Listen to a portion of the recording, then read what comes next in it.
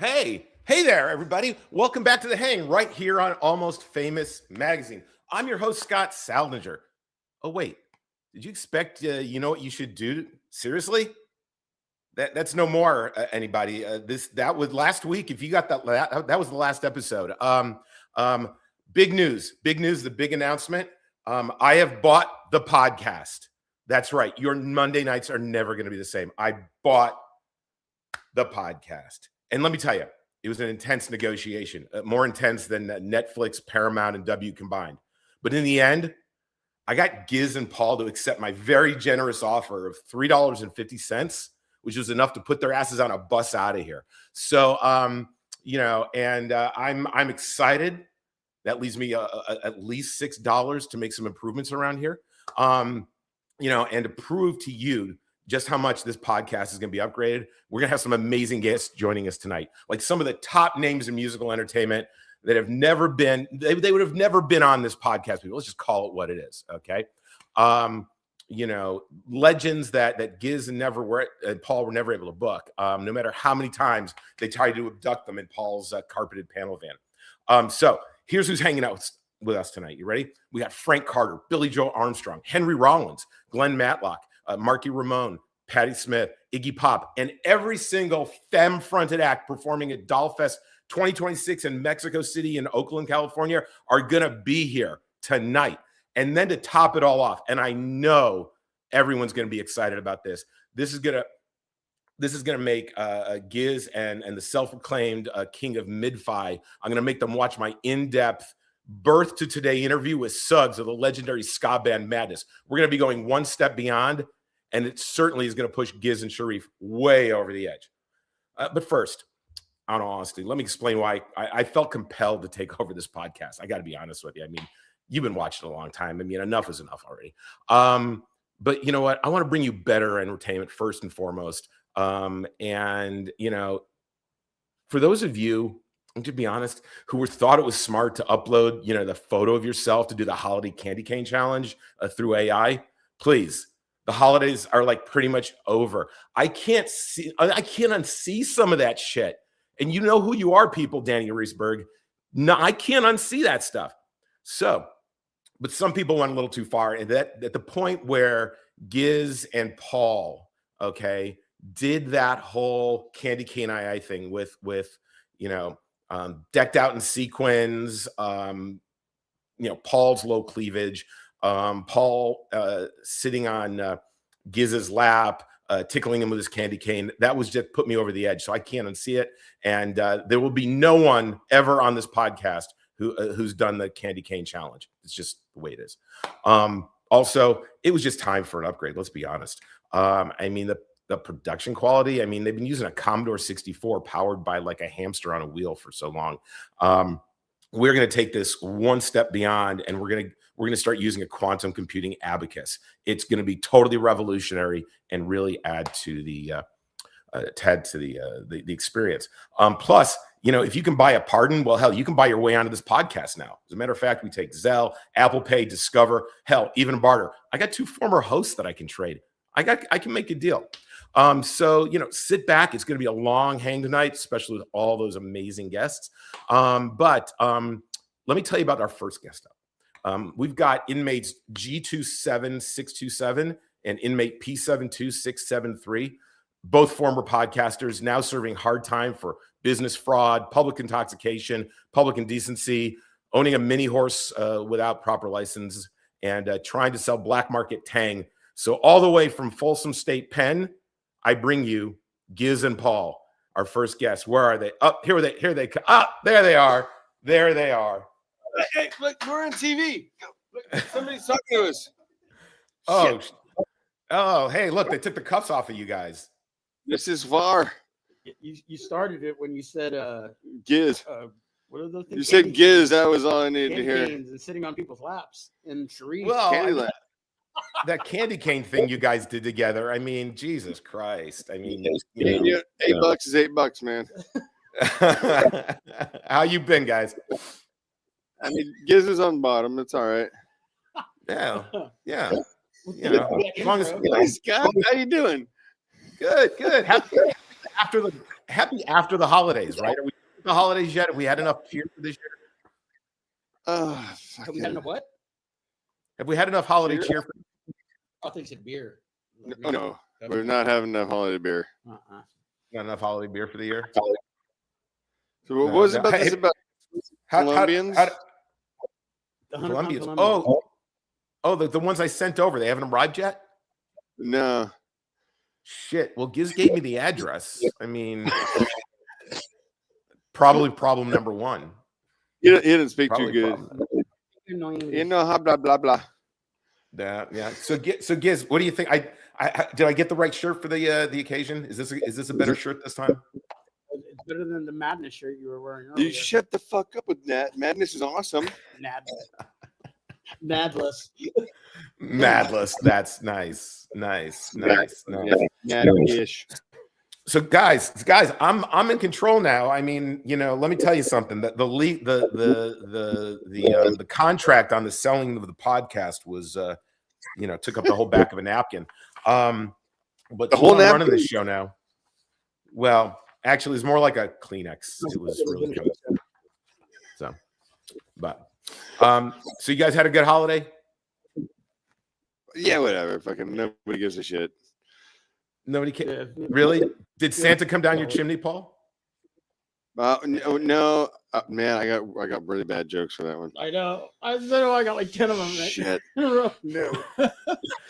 No, we're I don't know holiday, man. My birthday's the 21st. My family's always kind of snubbed me with that whole thing, and I just don't care. I don't give a shit. Yeah, but Remember, I'm at war. I called you You on your did? birthday, and You I was on the speakerphone. Didn't you have like 3 hookers in the car with you? I mean, that doesn't sound like a bad birthday to me. No, it was 7, and it was awesome. All right, see, Thank not a you. bad birthday. No, I didn't. get- I don't have bad birthdays. I just don't like the fucking following holidays. Like, it just doesn't matter to me that much. Well, did you always Those- get ripped off as a kid? Like no Christmas gifts because you had your birthday? Yeah, there was always that. Like, we're gonna get you one for everything. Yeah. What do Yeah, you do already- there, Scott? Well, I'm going to tell you one of the saddest tragedies of the year. One of the best bars in Beacon, New York. This is not a promotion, but Max's on Main was the best bar in Beacon, New York. Hands down, the best bar in Beacon, New York. And I'm having a little, looks like Tang, but there might be some vodka in here. I figured, what the hell? I'm not, it's good. I'm not going anywhere tomorrow, so I figure, if you guys drink, I can get to drink. We Usually already we called do- the cops. Yeah, well, usually we do this, and I got to get up at the crack of dawn, so I got nowhere to be tomorrow. So, We had one guest this evening puke on air. Oh, yeah. So let's see if we can make it 2. I think Scott's more practiced than that. dude, I well, think Brian. no, I don't think that will happen. But I got recently, I was interviewing an artist, a Canadian artist, and he was at this show for this band Sloan that I'm a big fan of, and he told the story about how he and his buddy were seeing Sloan, and his buddy puked all over his leg during the middle of the show, but he didn't want to leave, so he just kept going, and he left with caked on puke all over his leg by the end of the show. Oh man, It sounds like recently there's a band reunion for a 50th birthday for a friend of mine, Alfie, who's a much bigger redhead than I am. And they did their reunion show for his 50th birthday. The last day he ever drank was with me on St. Patrick's Day, and we were just having a conversation, drinking green beer, which is never a good idea. And he turned around and just barfed all over a guy bigger than himself. And I go, Wow. oh shit, dude, I'm really sorry. I'm like, my buddy is apparently really trash. We've been drinking together all day. I'm like, how did you get here? Like, Best story about puking. oh god. I'm driving my buddy's car home from a show, and 3 of my buddies in the back, and the one guy on the passenger side has the window down. He's trying to get air, and he's like, windows open, mind you, okay? And he just grabs his sleeve and just goes, he's like, you want to puke in your car? Like, first of all, not my car. Second of all, windows open. You know? oh man, But down the sleeve, down the armpit, all the way down the fucking side. But yep, that happened. you know, Scott's running. what? I'm sorry. It's already doing better than ours. Yeah. Well, you know, look, I can remember, I think from drinking, I think I've puked twice. Once was my bachelor party, and I puked down. The window of my car was open, so of course I puked down into the car, into the frame of the car, which is always a good thing. That was a joy. And then one time, for anyone watching who knows, who's either seen Jim Gaffigan do his stand-up routine on food or been to Rochester, New York, the only other time I've ever gotten sick from drinking was this place called Nick Tahoe's that serves something called a garbage plate, if you've ever heard of a garbage plate. And that in and of itself will lead to, you know. You never puked off ass juice? No, you know, ass juice is too good. It goes good. Ass juice goes down well. I mean, I love a good shot of ass juice. Don't you worry about that. I love a good shot of ass juice. Now, Paul, I didn't say your ass juice. I just said, you know, if from the double down. So, oh goodness.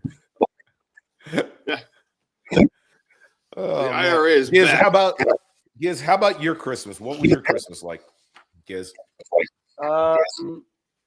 I just was at home with my mom. It was second year without pops, so you know, it wasn't really, you know, that cheery.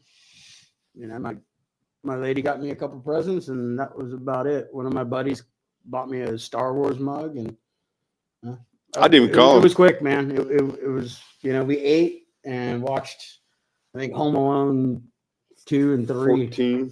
and that was it. And it wasn't really, you know, I'm not really a fan of Christmas anymore. Yeah, same, dude. I mean, it's great. You know, I really love St. Patrick's Day, clearly, and doing stuff with my people all year long. Like, I love the things that we do for each other when we do it. I like the New Year. Gizz is coming with me. He doesn't know yet on New Year's Day. Where am I going? We're going swimming. Swimming. Swimming. What? Yeah, it's actually. Oh, is that your anniversary? Oh my God, that's your anniversary. Like mine-ish too. Huh? I didn't remember that. I do this thing. I've tried to practice for years. Is New Year's Eve or New Year's Day, I go down to the beach and I jump in the ocean and wash off the year. Oh hell no! Oh hell no! Beach night, Dude, how did you get here? You swam. river. Across the river, yeah.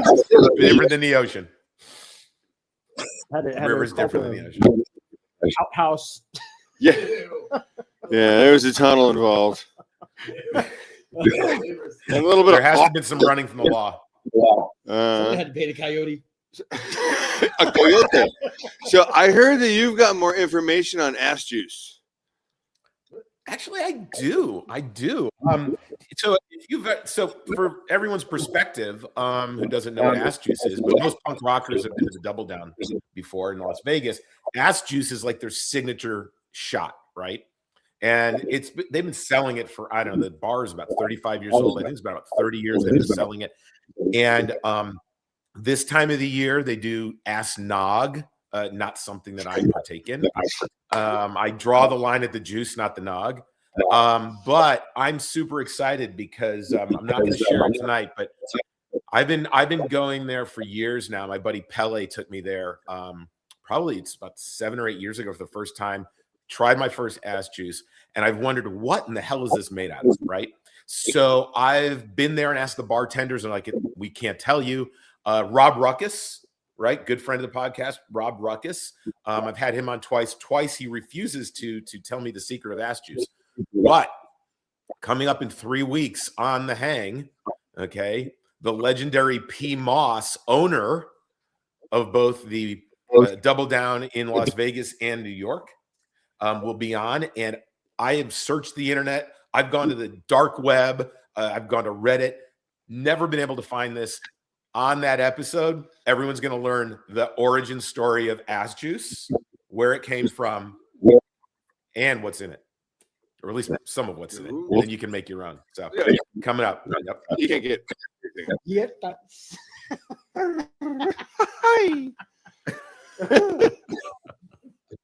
So how did you get into really? information. Release that information. How did they get what? Was it? How did you get him to release the information? Was like it handily taken care of? Oh no. Actually, no. You know what? Crazy, batshit crazy thing I did. You ready? You ready, Paul? This is nuts. I asked.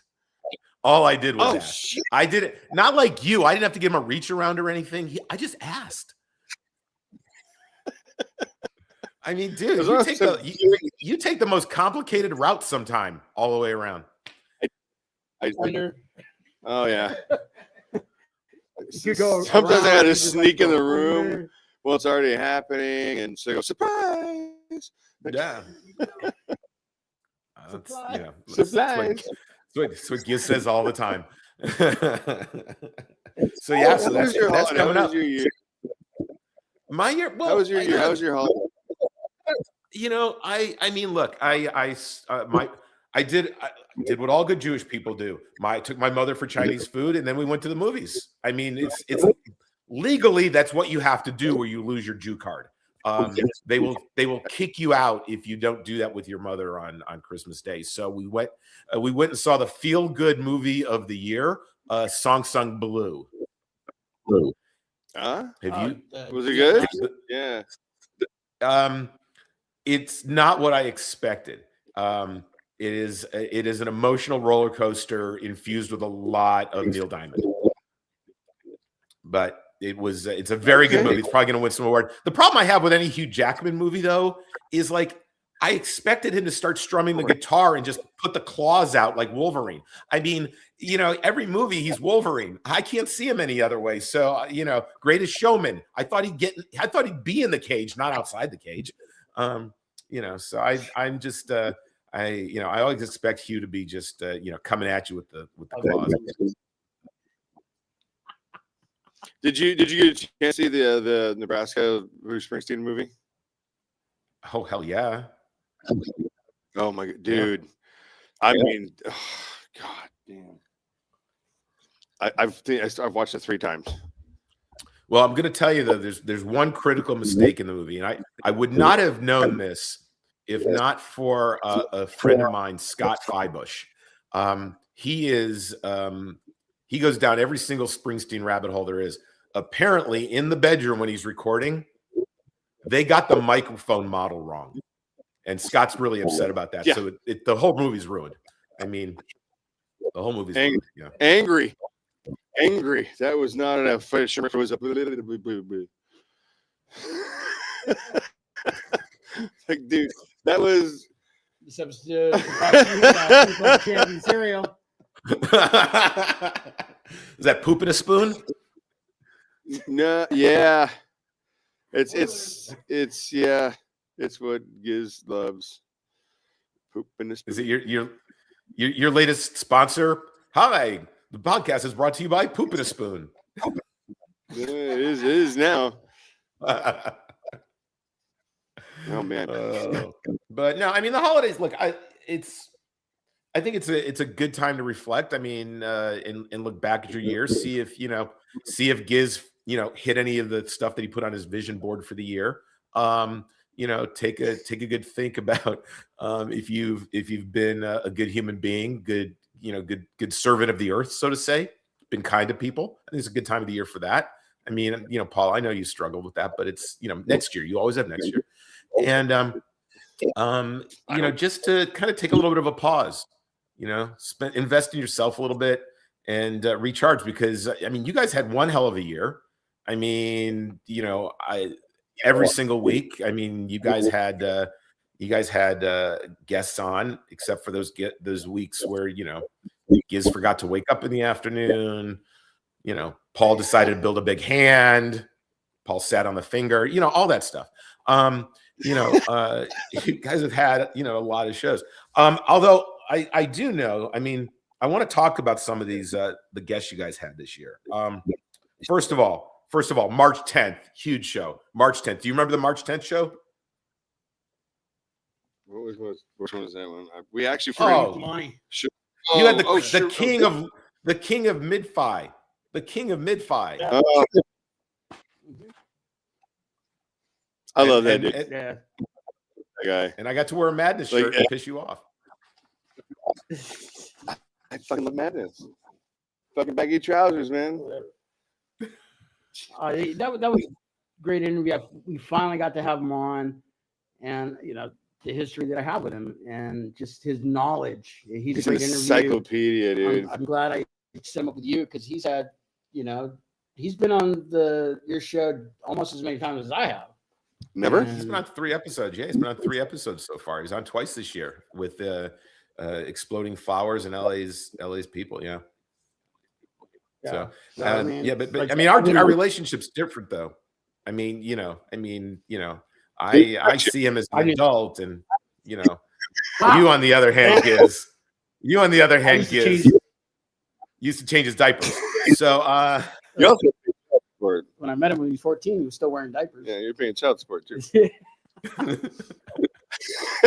Yeah, Sharif is an encyclopedia. I really love just sitting down and talking to him. I have something at home that I can't share that I want to actually I want him to come by and listen to some vinyl with me. Do not get him sick. Do not give him your disease. No, what you mean, alcoholism? Oh, that's what you wanted to share. You said you were going to share something with him at home, and I don't want you to share that. It's an unreleased vinyl piece of mastery that doesn't exist in the world anywhere other than 4 places. And I want to sit down with him and share it with him because I think he would really, really enjoy it. But I can't say what it is. No, we're not going to ruin the surprise. No, it's not about the surprise. It's a legal thing. It's an unreleased thing. Don't get him started. Oh, where did you steal that from, Paul? I did not steal anything. it was gimme. Okay. Sure. Which of your episodes is your favorite episode? Which one was mine? June 2nd. June 2nd was an amazing episode you guys had. June 2nd was really one of the best, if I think one of the best episodes of the entire year. I don't remember that one. I was so drunk. The June 2nd episode. You know what? June 2nd episode just it rocked. It rocked. And look, it only went on for about 2 hours. I mean, it's probably one of your longest episodes. You were the longest interview. Nope. Until Tom Bone. Until Tom Bone was on. We almost went for 3 hours with him. With him. And then he spent a week at my house. Yeah, he didn't leave. He's not there. He did the show remotely and then came down. Yeah. I love that guy. I freaking love him. He's so fucking hot. Did the show remote and then came to move in with Paul. Yeah. Well, yeah. I go, do you like tea or coffee? He's like, oh, either one's cool. And so I made him some tea. He's like, where the fuck did you find this? He's like, I studied to be a tea buyer for a while. And he's like, what the fuck? No. You were a tea bagger for a while? What did you say? No, I was studying to be a tea buyer. Still is. Oh, I thought you were studying to be a tea bagger. I'm sorry. Is that how you play tea bags? Yeah. Mine like this. No, just like Gizz is nut is like a clit. Hold out. Yeah. So Cold. How about Steve Contreras? That was pretty good. Yeah. Oh, dude. My ex-bandmate and Dr. No. He was an honor to talk to him, and he's really funny. The week after Sharif's episode, I think we had to pull it because it went haywire. That was our St. Patrick's Day. Oh my God, that was not. And I mean, I knew during the show that it was never that we shouldn't have gone live. No. And, our buddy Joey Ramici. Yeah. God bless his soul. He was calling me because we also this guy named Scott was also going, stop it, fucking turn it off. Right. You were calling us too, telling us like, hey, whoa. Way over the Jerry Springer fucking God. The problem is you took the Commodore 64 on the road in your little red wagon, and you forgot to bring an antenna to connect to Wi-Fi. Oh, and it went downhill from there. We tried using a DirecTV. We had a satellite for a minute. Yeah, that we were supposed to actually interview the owner of the bar that night, and I wanted it because he's got a band, and we went some the night before, and hung out with him. Todd, he's a great dude, and I wanted to like get his kind of like take on being in a band and then owning a bar, St. Patrick's Day, kind of what that looked like. And he got stuck somewhere at a different bar, and he couldn't make it. And I was like, well, I don't who the fuck is here. And then there was just nobody. It were two of my idiots. Two of my idiots were there. And we picked the worst of the two. The one dude, like at first, the first question, like, all right, so where did your love of punk rock come from? I don't like music. I don't even listen to music. Like, oh shit, fucking rip. I didn't even ask this guy. What kind of music, you know? Dude, it's weird. He's like he was a huge Bad Brains of 7 Seconds fan, but he went through some personal. He fucking OD'd on fucking drugs. What's that shit you huff called? Not glue. The other one. Nitrous. I don't know, but it was a shit show. It was a shit show. And then, it was the shit show. And then we had your buddy and my buddy too, Patty. Came on, and it didn't get better. Our actual funniest interview, I think, of the entire year was with Radioactive Chicken Heads. That was last year. Was that last year? That was one of our last shows. We had to pull that one because it was. It went off the rails. It was so fucking funny. It went off the rails. I thought it was funny too, but evidently. You can't call those people those things. The beauty of going live. The beauty of going live. You just never want to about he and I doing this because we are live. There's no take backsies and you are who you are. We are who we are. Let's just tell the fucking story. We suck and have fun. And if you and our first question to all of our fucking guests is there anything you don't want to talk about? Like all the Scott's divorces. But we're game. I don't give a fuck. I have no shame. I'm not call gonna me take back anything I say. What I say is if it's funny, it's funny. If it fucking fails, hey, fuck it. Yeah, like if it doesn't hit, suck it. I mean, we do the hang. We tape that in advance, but it doesn't get edited. So it's kind of like you get on stage, you start the show, whatever happens. Sometimes the wheels come off, sometimes they don't, but I don't cut anything out. But I'm also, given that there's no way I did interview a Korean band a couple of weeks ago, Korean punk band, and it was 10 o'clock on a Saturday night. It was Sunday morning there when I was interviewing them, so it's a little hard for us to do stuff truly live. But there's no editing. It's just what you see is what you get. And it's pretty. It's all real. I just actually I can't wait. I just did an episode with a band tonight, and they are an all African American female punk band out of San Francisco. Fuck yeah.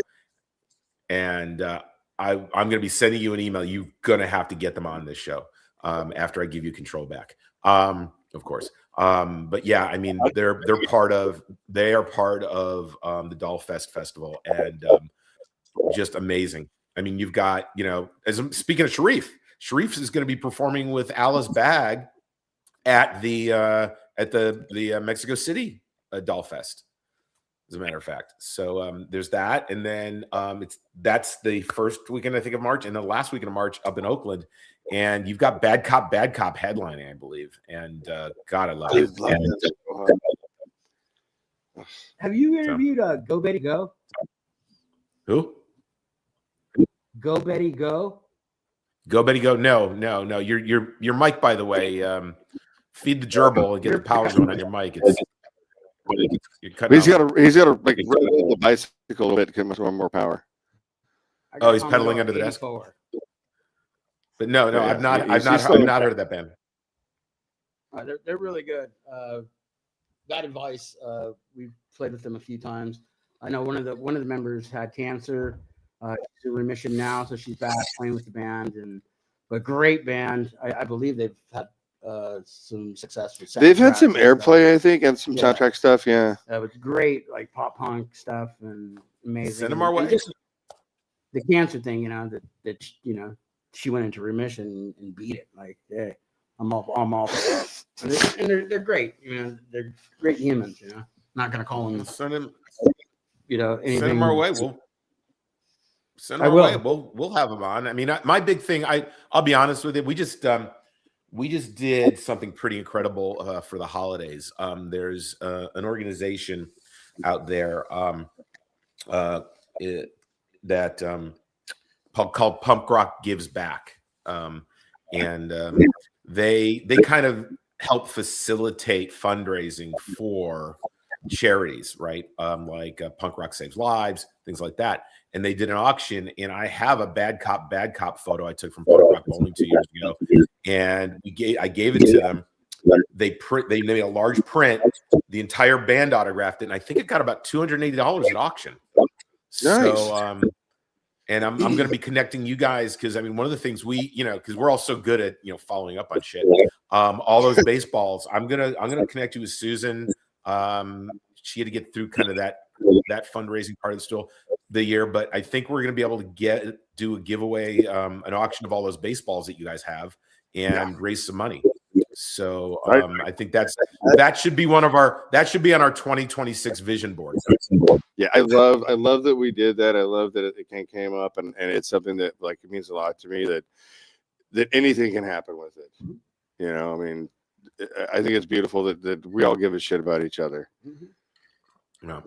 One of the things that I'm very happy that happened this year is because of you, and because the three of us, we talk so much and we respect each other, you know, as humans. I mean, we respect each other, you know, but the whole, like, you got us on a kick for at least a few months, and we had a few guests that we did talk about men's mental health. Yeah. You know, which, you know, we still, you know, if there's a guest and we talk about it, we're definitely not shy to talk about it.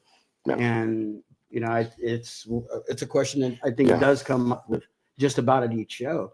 You know, because we do got to take care of each other, because, you know, especially being the punk rock pieces of shit we are, sometimes we don't want to talk about, you know, the real deep shit in our lives. And right. Well, and this year we made that a platform. Yeah, I mean, like, TD was a big one, and, like, I don't want to say like we're punk rock pieces of shit. Like, I wanted, like, kind of, I was like, talking about me and you. Well, I was talking about you.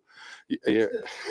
I want to avoid that kind of language. Like, I don't think we're pieces of shit. I think we're loving and caring and wonderful people, except for you. When we go on air, I'm not a piece of shit. As soon as the fucking light goes off, I'm a piece of shit. Yeah, no, you're still a piece of shit. But I think it's wonderful that we all do want to, like address it and take care of it. I think it's a really, a really beautiful thing. And for 26, I would like to have more female guests on and address, you know, what it's like to be a woman in the scene, and to have to deal with our dumbasses and how guys treat women. Like, like that needs to be a thing. Well, I mean, it's, you know, we are all in on Dollfest, and it's an all femme fronted musical festival, and Maria has done an incredible job putting it together, and it really shows the strength of what women can do in music and entertainment. And let's be honest, punk rock for years was, you know, a bunch of white dudes, right? I mean, so the things that they're doing, the messages that they're sending, the lyrics they're writing, and the energy they're putting forward is so empowering, and I love it for them. I think Dollfest, although I think they're going on just their second year, is going to be huge down the road. And we need more stuff like that. We need more things that, you know, festivals that promote us being equal of one another, because we're all made of the same stuff. Doesn't matter if it's a man or a woman on stage. Doesn't matter if it's a man or a woman who think that they feel more comfortable considering themselves to be someone other than who they are. What matters is that, you know, compared to most of society who would never get on that goddamn stage, they're willing to do it. They're willing to take the chance. They're willing to take the risk and put themselves out there in an authentic way. And I love that for them. And we need to continue to promote people taking chances like that. And it's just about asking the questions, you know. I mean, that's where it comes from. I've literally in the last year and a couple of months to become an advocate for men's health, but it's all of our health. I mean, we just don't do a good enough job talking to one another about how we feel. and whether that's physical or emotional, we just don't do a good job at it. I mean, and if you think about it, and I've said this dozens of times on the hang, no one gets there alone. No one gets there. I don't give a shit if you are, you could have been Steve Jobs, you could be Elon Musk, doesn't matter, some titan of whatever industry. You either got help from people, you stepped on some people, but you didn't get there alone. And we need each other more than ever to help facilitate our ability to continue to evolve and grow. Yeah. I mean, I feel like I have this friend group now that we actually do address a lot of those things. I can call Gizz and say I'm having a bad day. I can call TD and say I'm having a bad day, like Jeff Metal. And I feel like I can actually say those things out loud. And it changes perspective on, what you're allowed to go through. It's huge. It really is a huge place to be, to feel that acceptance. And then like it doesn't make you weak. It doesn't fucking make you weak at all. It really makes you a lot stronger when you can just fucking push it. No, you're absolutely right. I mean, corner, and I don't think you actually had a chance to get to that point in a friendship with Joey. He was like a therapist to me. We talked all the time, and just if I was going through something, he was there and he actually cared. And during that, my 4.5 years of just being down in the dumps, I mean, he was one of the only ones that actually checked up on me, more than anyone, cared. And it wasn't just me he cared for. He cared about everybody he came in contact with, and you were there. I was there. And one of the reasons that we started this podcast was just so that we could have that documentation of our friends. And, one of the worst things this year that happened was that Joey passed away, in April. At least we had him on our show. We have, that. And I know there's dozens, if not probably hundreds of people who watched that episode just to hang out with Joey. Yeah. I know a lot of his dear friends in our circle. His sisters still watch friends, Ray and Dean and and everybody else. They watched that episode just to hang out with him. I know I do. Right before the holidays, I got kind of sad, and I sat there and had some drinks. And did you see the end of it? The unedited end of it? And I miss my friend, but if not for this show, I wouldn't have that. We wouldn't. Well, that's. That. I mean, then that's the thing. Like the openness and the feeling for you was something. Like, I mean, fucking dude. Here's to Joey, Scott, L'chaim. Lancha. Oh, and in Mexican. Well, I mean, it's one of the reasons why, when I presented Halsey with the idea for Almost Famous Magazine of us doing the hang, it was, what can we do to help memorialize the story of an artist in their own words? Let them tell their story, not someone else tell their story, right? But let them tell their story. Let them tell stories about their existence that will live well beyond all of us, right?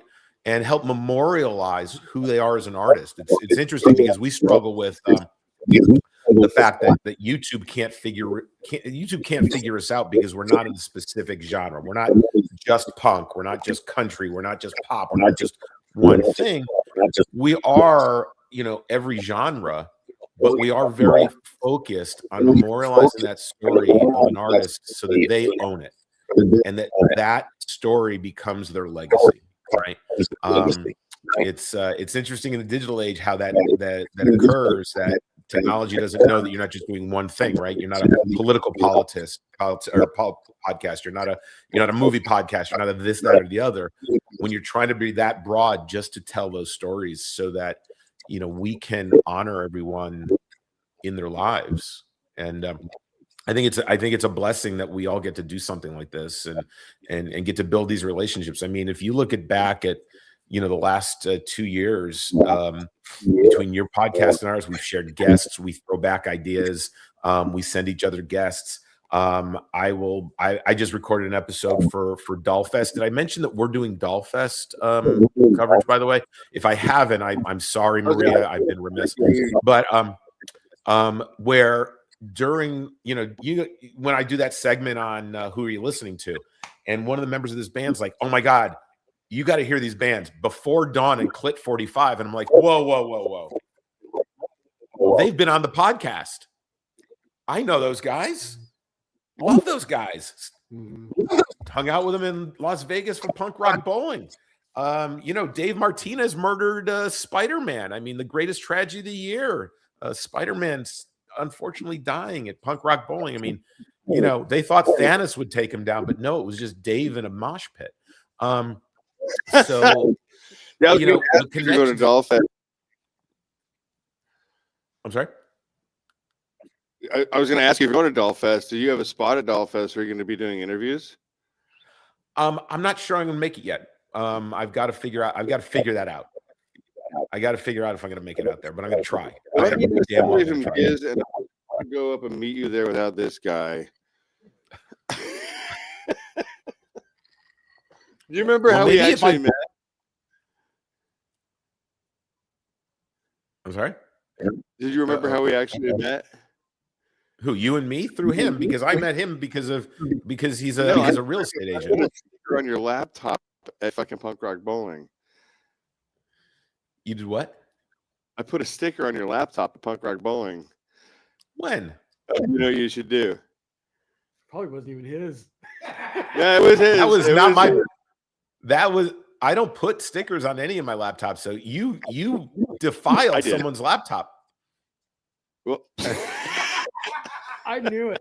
When he said it, I was like, you know what? Scott's never mentioned that to me. So I bet you put it. And he was probably standing and here. Paul, we've never been in this. I mean, at least Gizz and I were within 150 feet of each other, but that was because of order protection. But you and I haven't been that close. I was at that Punk Rock Bowling. Yeah, he was there for our sound check, and he was the reason I got upset after the sound check. You did not put a sticker on my laptop. I'm sorry. But maybe what I'll do, look, if I can pull off this thing, maybe what we'll do this. How about this? How about I fly to LA and we all drive to Oakland on a little road trip and we video the whole thing for an episode, and then I'll cover Dollfest. How's that sound? That could be fun. That'd be fucking ridiculously awesome. Someone's going to jail or fucking morgue. It's you. I'm gonna call. That would be fun, dude. That would be amazing. All right, let me see what we can do to work that out. That would be an episode for sure. The three of us. Documentary. All right, since this is the last show of the year, and I'm feeling kind of oh no. I think that all the bands on Dollfest deserve to be there, and the one band that should never be on that is my old band. Which old band? Oh no! Don't be mean! Don't be mean! Don't be mean! Don't be. No! Don't be mean, Gizz! Don't be mean, Gizz! You know what? Is about women. Band members come and go, and we all have our place, and we find. Look, the problem was you had to find another real estate band to be in. See, so you just, and I think, look, mark my word, 2026 is the year that Gizz finally gets his real estate license. I really think that next year is going to be the year you finally branch out and get your license. You're going to sell out first. My company's and my new band is Remix. Well, I've got a new one going now with Edmund and Jeff's here. Your drummer, and I don't know anybody. It's called Last Night Again. Wash, rinse, and repeat. It's Groundhog Day. Since I quit that band, I really don't desire to play drum anymore, man. You said you would drunkenly one night, which I also know to be not true. Last week's guest, I would play for drums for his band. Jay from Nothington. His new project. If he gets that off the ground and he needs somebody, then I would definitely get back on the drums. But other than that, I don't know. That band took the fun out of it for me, man. I have no desire. Well, I mean, you also just sort of suck as a human. Shit, I get it. I get it. Well, Time. Give it there's time. some Gizz. acceptance. Give it time. You'll be back on the throne. You'll be back on the throne one day. I'm sure of that. He's definitely Hemorrhoid every next to morning. me. Every morning. So, What was how the many most episodes- surprising news that we had this year for you? What was like the weirdest? Like, where did you like see something like, what the fuck? How did you get that happening?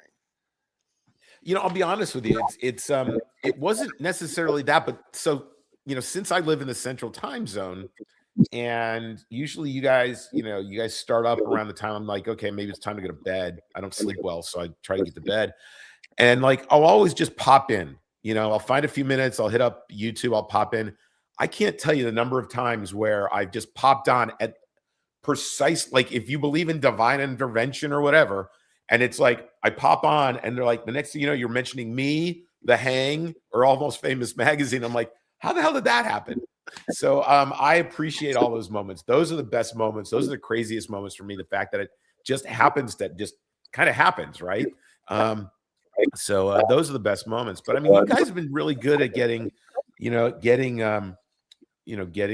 guests this last year. I mean, the difference between what I do and what you guys do is typically Gizz is friends with all these people. He's known them, right? So that's a different relationship. I'm learning things from like ground zero. This band that I interviewed earlier tonight, they have one video that someone shot of them doing an outdoor show on a sidewalk in front of a skateboard shop in San Francisco. They have an Instagram. They haven't even released an album yet. So I had nothing to go on. So it was all like, tell me your story. Let me learn how you got here. How did, you know, one woman grew up with gospel and now she's a punk drummer. I mean, that to me, that's an amazing life, right? So that's one of the things that you guys have an advantage because it's every week. You know, maybe we'll rename it. Now that I own this podcast, maybe we'll rename it Friends of Gizz, Friends of Gizz Live. Friends of Gizz Live. Maybe that's the new name for next season. No. It's Paul's got good questions, and there's Gizz too. To me, what I love about our show is like he's the one that he's excited. Like, Oh God, yeah. We Like get a to have puppy. the first on Monday, and you know I grew up in the music. I love these. Yeah. I love this person, and he's got he'll tell me in advance. Do you think I should ask him this question? You know, or he's already got his thing. I never said. Me, like I Friends of Gizz Live, Paul has questions season 1. I have stories of how I actually met this person. And that's what I feed off of is those stories and his questions. And every once in a while, he gets a dinger and it's like, oh wow, a Sal dinger. Oh, but see, and you said you'd never play drums again. Nice rim shot, you asshole. Yeah, But ultimately, the best thing, about our show, I think, is our sense of humor. Oh my God. Like he and I, we're funny before we go on air. When we go on air, whatever. Oh man. Well, the thing is, like, we sometimes- know there's no punches to be pulled. We're having a good time with each other. I fucking love this man to death. I have a mixed amount of respect for. I'm lying a lot right now. I have I was an gonna immense say, amount of respect for him. Because it's all fun and games until his hands are around your neck strangling you by the end of the episode. So Oh yeah. I mean, it's one of those kind of friendships where you have that kind of good time where you can just sort of like let loose on your people and know that it's not gonna fucking wake him up at night with the fucking mosquitoes. Or you have mosquitoes, anyways. That is true. We do have thick skin. We can make fun of each other till the You're cows thick. come home. He's thick as fuck. And it does. My feelings. It takes a lot to hurt my fucking feelings, And I think only you can have feelings is that you talk shit about someone that I truly care about. Right. Not me. I don't give a fuck. You could make fun of me from my toes to my nose, and I don't. But give if a I talk fuck. shit about Leo, you're gonna be mad. No. Well, okay. Well, Leo's a dickhead too, but I love him. He can protect himself. I know he can. Yeah. You guys scares me a little bit. Like, you know, like I can't even think of anybody except for maybe my dad. Like, there's nothing you can make fun of my dad about. You know, but he can talk about my mom all day, and I really don't give a fuck. I wouldn't do that. You know? Like, yeah, actually, I would. I'm curious because I know you loved your dad to the moon and back. What's the greatest gift that he ever gave you, other than life? What's the greatest thing he ever deposited upon you? Before he passed, that I had already known what life was all about, and it was the fact that life is about being happy. And he told me, you know, I'm happy just being with your mom. We could be just watching TV or go to the swap meet or go to the grocery store or just go for a drive, and I'm happy because I'm just with your mom. You have always been happy, and the only time I ever see you happy is on that stage. So just keep doing that. And the way your friends are having fun, you know, that's true happiness, and that's what life is about. So as long as I keep doing that, and I keep doing this every Monday, because as much as a shit show this can be, it makes me happy. It is. This is therapy. It is therapy.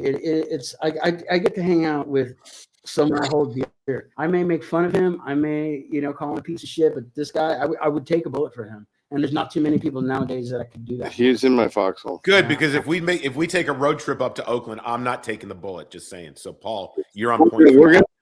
And you know what? I said, Gizz, I love that he gave that to you. I love that your dad gave that to you, because I think he's absolutely spot on. You need to keep doing what you're doing, and I've seen in the last 2 years where you know, when we first met, you were pretty down, pretty low, and how you've come up from that. And I think it's those words that your father gave you, and you keep working toward that every day. Life, you know, 2026 is just keep getting better for you, buddy. I mean, 2 years ago, had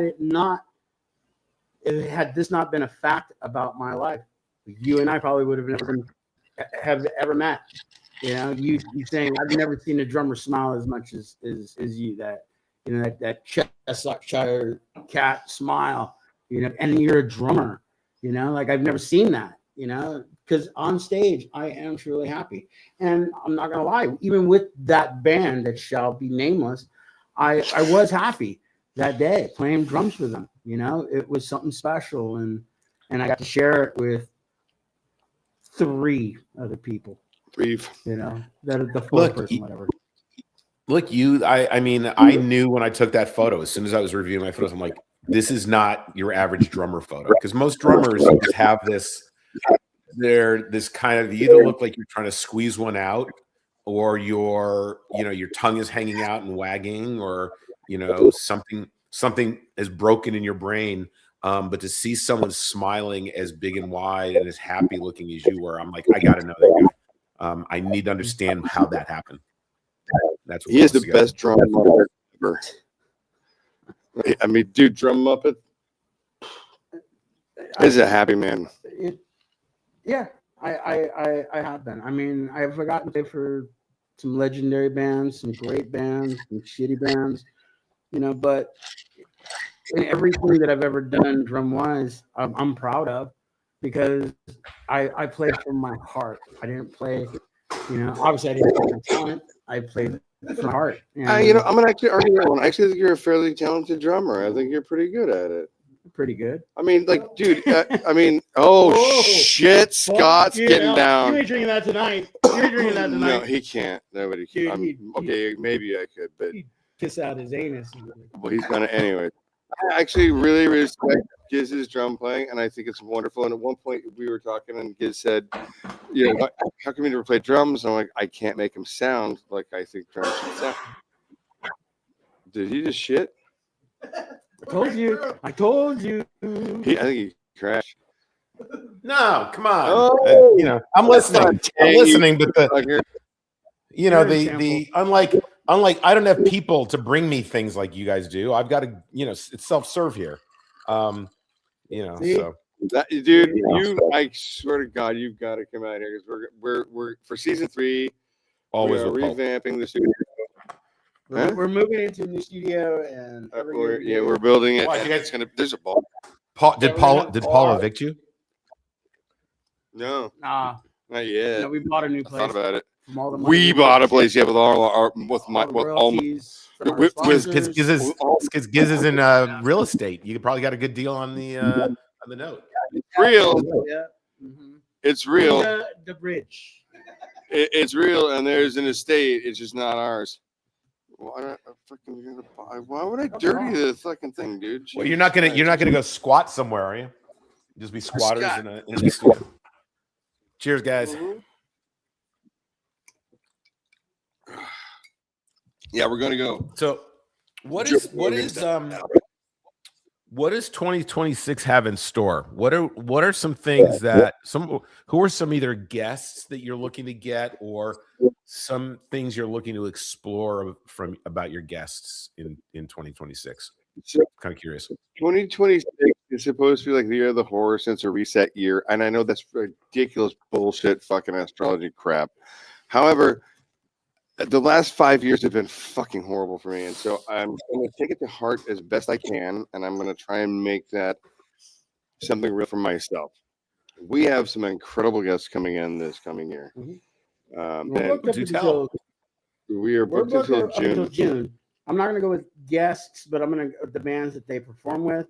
We got people from Houseboy, whatever, Scattered Few, TA80, Wagemaker. We're probably gonna have Sam from Playing Dead. We interviewed his bass player, and I set him up with you, but we're finally gonna get him. I had Sam. He was a great interview. And we got Junior Juggernaut, the Pretty Flowers. Junior Juggernaut. Is it true they're working on new songs? I saw something on the socials, but you can't trust what you see on the interwebs. They're in studio. Dr. Strange, former members of a band that I'm not going to say because I don't know how that's going to go. 747. I mean, UK. We're working on getting some big drill car people in. And MIA, Go Boys. If I can get MIA in, she's. Oh, dude, I want to have okay, you got to hook me up with it. I want the Doughboys. I got questions. I got questions for the Doughboys. Caster's not easy. Yeah, he's a good dude, but he's not an easy interview at all. He's. We've got like hoping on East. What's his fucking name? East John Easdale. Oh. John Easdale from Drama Rama. Like there's a lot of people working on getting into the studio. But I think what we're gonna start doing in our next season is I'm starting to be open to the fact that I'm willing to have people that I don't know.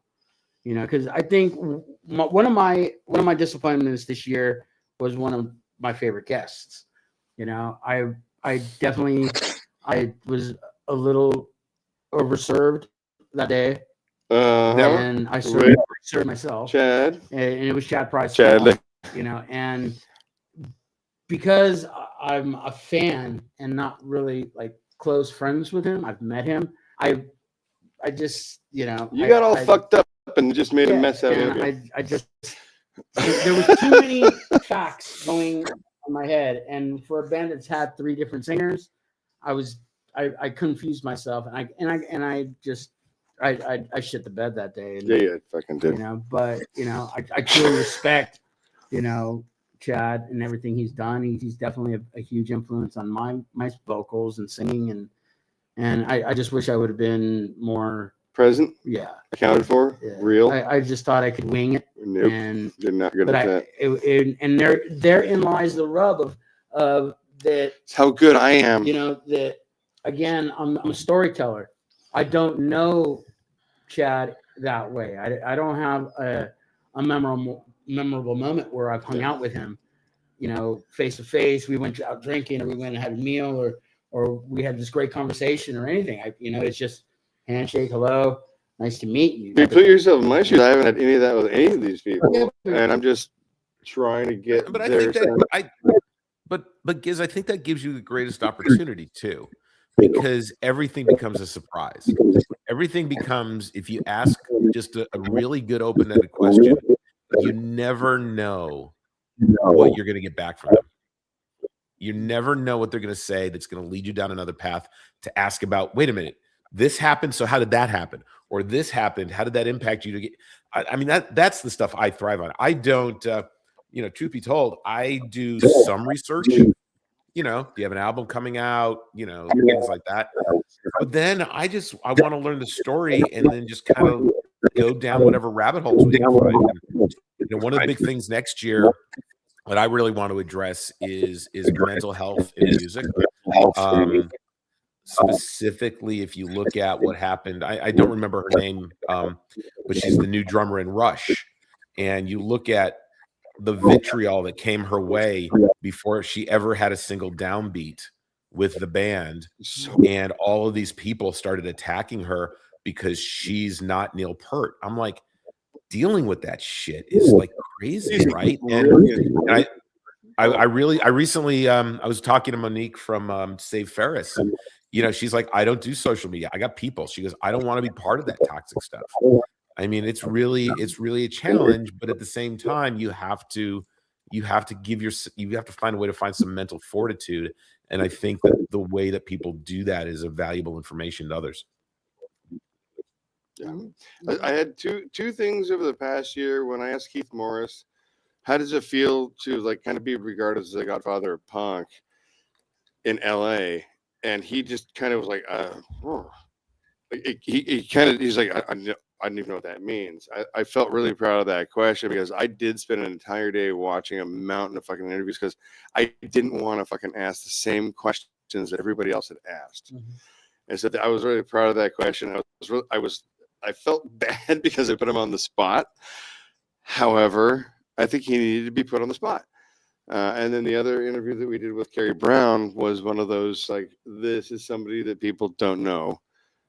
And that everybody should know. That everybody should know. And I literally dragged his ass in. It was a last minute interview because our guest had canceled that morning. Yeah. And I told Paul, okay, I'm going to come down to the studio because he mentioned, well, my buddy Carrie's going to be here. Yeah. Maybe if you come down, maybe we can get him to do the show.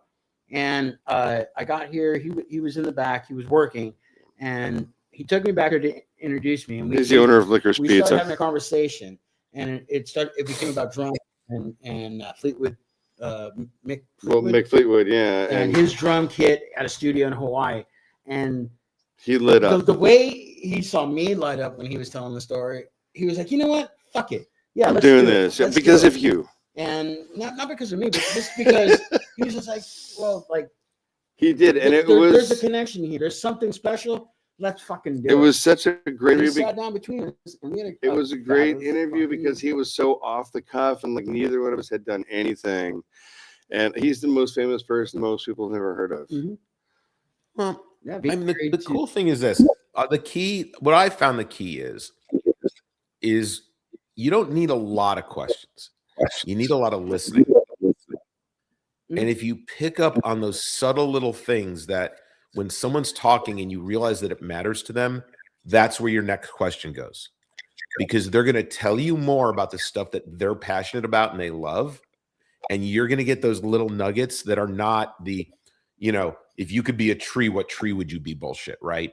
I think every single episode we've ever done, everyone leaves the episode going, at least one or two questions. I've never even thought about that, or no one's ever asked me that before, and they've had to really think and engage. And I think that's really where you get to stand out a little bit. So it doesn't take a ton of research. What it takes is a good set of ears and listening. Yeah, and I think that's actually one of the hardest things to do in life and in general. I think that actually leads itself back into the mental health moment where sometimes just fucking listen. Just hear what's happening around you. And that's what I've said for the last all the time over everybody. 2 years, is when you're dealing with somebody who's having a mental health breakdown, they come to you or you're just around that person, they just want to be heard. Don't fucking open your mouth. Just shut the fuck up. What do you know? I don't give a shit if that's your best friend. Let them fucking talk. Let them get it out.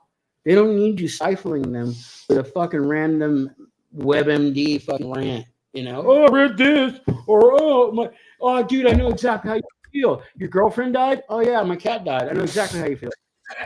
You know, like, dude, shut the fuck up and just listen. I killed your cat. You know, like that night when you called me, exactly. I let you fucking talk and let you just get it fucking out, because it is like a little bit of a cancer inside you. Yeah. So just as soon as you expel all that shit, dude, you feel a lot better, and you're not cured, but at least you have the guts to face another fucking day. And little steps to face another fucking day. But we were talking about more like interview styles.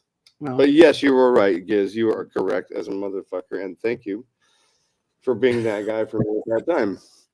Like, I mean, I called Gizz, like, dude, not fucking cool right now. I'm not all right. And he goes, okay, what's up? And he said, I've never heard you like this. I'm like, nope. And you know what? And it's scary sometimes. I mean, you've got to look. I'm gonna quote a Madness song, which is gonna drive Gizz crazy, but it's got a lyric in it. There's a song called "How Can I Tell You," and the opening line is, "Communication is a skill you must acquire. It will get you through your life. It is essential." If we can't communicate with one another, if we don't listen, actively pay attention, and respond accordingly, we are not respecting one another. And without that respect, we're not going to get anywhere. Who the hell is ever, no one's going to help you if you don't respect them. They're not going to respect you back, right? And people want to feel needed, and the best way to do that is to listen and hear them. You don't have to agree with them. You don't have to even respond correctly, but you have to give them that opportunity and show them that. And I think that that's something that, because we all live in this world of mobile devices, and everything is great on Instagram because no one posts, they'll post a picture of themselves in Central Pay on vacation, on a vacation they can't afford, but they'll never post a video or a photo of themselves lying on the inside of their walk-in closet in the fetal position, crying on the floor because they're lonely. We spend too much time focusing on the stuff that doesn't matter, and not enough time just being with one another and being real and honest and listening. Yeah. And I know a lot of people that fucking genuinely hurt, that need to be heard, need to be listened to. And it is really important that you like say, this is exactly right. Taking those steps. And like I said, with the baseballs and stuff, whatever it is, if we can contribute anyway. And I've said this on air before, like, fucking call me. I'm not hard to find. I'll answer the fucking phone. Text me. I'll answer I will call you fucking back. Email me. I will fucking call you back. You need to talk. I mean, Ryan, that was one of the harder ones. My friend Eric jumped off the fucking Golden Gate Bridge. God damn it. Like, I miss these people. And it's your right to do what you need to and want to with your life. That is reality. But maybe if you just ask somebody a question and you said, hey, man, I'm not feeling hot. Like, all right, well, what do you got to say? And you just listen. Maybe things are different. One question can change someone's entire trajectory. And yes, if you want to reach Paul, any men's room with a glory hole has this phone number on the wall. I'm totally terrified of you. Depends on what's I mean, we just have gotten so far away of caring from one another because we now live in a world where, because you don't look like me, because you don't act like me, because you don't hold the same things sacred as me, you're not a good person. And that's fucking bullshit. I mean, we're all made of the same stuff. The only difference between any of us is what's inside this computer. And like any computer, garbage in is garbage out. But a lot of people have broken computers, but they can be fixed. But they're not going to be fixed if you try to fix them yourself without diagnosing them by listening to them. And asking the question is the first thing. It's allowing yourself to be vulnerable, allowing yourself to relax, to expose yourself, you know, in a masculine way, you know, but you know, like Oh. one of like He's thinking about puking. there's somebody who's been commenting all night. He's a dear friend of mine, Danny Santos. When our mutual friend Phil passed away, we cried on each other's shoulders and we didn't give a fuck. And you know, the friends that we have, especially when Phil passed away, it was all about, oh yeah, you know, macho, and you know, I don't cry, blah blah blah. I didn't give a fuck. If I lose somebody, I will. Like, I'm getting emotional right now because this year I lost one of my fucking dear best friends. He was the guy that I could go to, or he knew to contact me before I went on any tour, and gave me that pep talk. You know, like, you're gonna kill it. Just be yourself. You know, You be the best you can yeah, be. just do what you do. You know yourself. Just go out there, entertain. That's what you're here for, right? That's what we need. I mean, that's what we have with each other. You know, it is to bring your brother up. You know, because nobody's better than anybody. I don't give a fuck what you believe in, dude. That means nothing in our friendship. Why are you trying to bring that into our friendship? So this is all we have. We're fucking, you know, at least We're with badasses. at least with my friends and my community friends, we're fucking punks. We're punk rockers. First and foremost, you know, don't fight it. You know, don't think you're something better. You know, don't think you're above anything. You're not floating. You know, so Everybody here, that shit everybody fucking floats go. down here. Well, correct me if I'm wrong. Correct me if I'm wrong. Number one, we're all born the same way. We all die the same way. We all bleed the same way. We all feel the same way, emotions. We all put our pants on the same way, except for Paul because he wears a skirt. But we all. Oh, Back. no, I put my shoes on differently than you did. I promise. But we all are the same. Why do we do these things to one another? Like, why are we shitty to one another when the reality is we need each other? We as a creature, whether you're man or woman, can't survive without the other. So why are we trying so hard to separate each other? I don't understand it. I don't either. No, I don't like either. Scott, And I think that's made us sad Yeah. all years, that the friendships that we've seen dissolve. Not even Because dissolved. The people that have ended, No. like the people that have kind of gone down, didn't make the phone call. Well, Those are things that hurt so hard. And but the friendships that have dissolved, like Yeah. because of beliefs and shit. Like, I don't understand that. Like, you know, Like Scott, you calling on my birthday was fucking amazing, and like everybody in the car was like, it was Rebecca and Metal, like, what? Who? I'm like, fucking Scott. Like, who's Scott? I'm like, fuck off. You guys aren't watching the podcast, you assholes. Like, it was fucking cool as shit. I'm like, fucking Scott calls me on my fucking birthday. That is amazing because my fucking family doesn't call me on my birthday. oh, I know. But guess what? This is my family. the day This after is what we your birthday- create. The day after your birthday was on a Sunday, and the day after we had our show, and you were like, dude, fuck, Yeah. because like a little boy, man. Like, Yeah. dude, like, dude, My if it fucking, wasn't for you, my I would have fucking- never gotten this fucking. my fucking happy homie birthday, Scott you know? fucking called me. I mean, I got like all these messages from all these fucking punk rock fucking people, like TD and all this shit, like all these like legends in my brain, and all these people that fucking made a difference in my life. It's like I would never have gotten here without fucking stupid. Like it would never have been a thing. And I'm Look. hearing all these well wishes and like, fuck, man, this is awesome as shit. It is. I am so ridiculously lucky to be on this journey right now.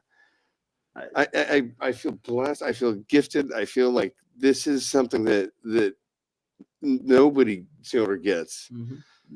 I agree too, man. Like, I'm also just way better than you are, and that's why they like me. A friend of mine You said got this, guy, it's a long time ago. He used to say this about me, is that you're the person who calls at the right time. Yeah. And I really took that, I really took that to heart.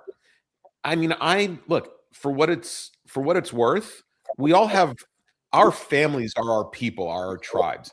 And you know, I love my parents, and I've got brothers and sisters, and they're great, and we're family. But your family is your tribe. It's the people you bring together. It's the people you trade drinking memes with, right? And it's the people you care about. And we need to, you know, remember that this life that we have is very precious, and that we get to build these things so that we have these relationships, so that there's always someone who may call or someone who's there, and not take advantage of it. You know, it's always interesting when you look on social media. I'm gonna call friends, you know, those people who don't agree with me, or those people who aren't there for me, or you know what, you know who they are. You know, it doesn't have to be a big production, but you know the people who are always, there's always that one person who's going to call just at a moment when you're like not expecting a call, or they haven't checked on you in a while. You know, I mean, I love hearing how people are doing. I just talked to a friend of mine who, you know, going through a second divorce, and we talked about, you know, what she's going through and what life has been like. And we've known each other since, you know, we were kids. It's just the timing. You call when people, you know, call when you feel, and it turns out to be the right time for others, and it makes them feel good. And if there's one thing I've learned, the more that you give, it doesn't matter what you get back. Feel good giving. Feel good making the time to brighten someone else's day, because it's going to brighten yours. You're going to get something back. Yeah, you should never expect anything out of just fucking loving somebody. I fucking love this man, and I'll tell him that every day of my life if I need to. I don't expect anything back from it. It's just, I've got this. That's all I need. Yeah, they're from Tuesdays to Sunday. You know, I know we both feel like it's like, do we want to go every day? Do we want to do this? Go every fucking day. Here Monday, and then it's like, fuck yeah. But one thing that I need to say too is that this year we started doing the birthday thing. Yeah. And you know, there have been several people this year who like have contacted me and said, you know, I just watched your show because, you know, I was like, oh yeah, he's wishing people birthday, happy birthday every week. I wonder if he's gonna remember me on my birthday. You know, I'm not even a musician. Is he gonna? And if they're a dear friend of mine, I'll wish him a happy birthday, because I know people want to feel Recognition. special, at least for one day. It's recognition, and dude. there have been several people who got like, dude, thank you, man. Like, for even saying my name on air. You didn't need to do that, but you did. Thank you, brother. I love you. You made my day. Nobody else fucking wished me a happy birthday, not even my own mom. Yeah. You know, and that shit breaks my heart, but it makes me feel good at the same time, because what are we trying to bring is fucking family. Like, dude, we're a fucking community. We're building this. And DIY. We're starting from the bottom up. Do we want to be millionaires doing this shit? Yes. No. Oh, fuck. God, I want to be a millionaire. I'm already a millionaire. Yeah, I know that. I'm rich. I'm rich and awesome, but I have. I like money a lot. Best dysfunctional family. Well, look, I mean, that's what I mean. The first thing I noticed 2 years ago, my first year of punk rock wrestling, was that you had all of these disparate individuals who came around from all over the country, and it was one big family. It was one big embrace that felt warm and loving, and everybody has each other's back. And there's something to be said about the punk community, which is a lot of us are people who didn't fit somewhere else. We didn't fit into someone else's mold, right? We're just our own unique little individuals trying to figure out life. And the joy of being accepted by a group of people that you may not know, I mean, that's amazing. And that's what punk is really about, right? It's like we're not all the same, but we can appreciate each other for the fact that we're not all the same, and embrace one another and support one another, as opposed to just bringing each other down because we're not.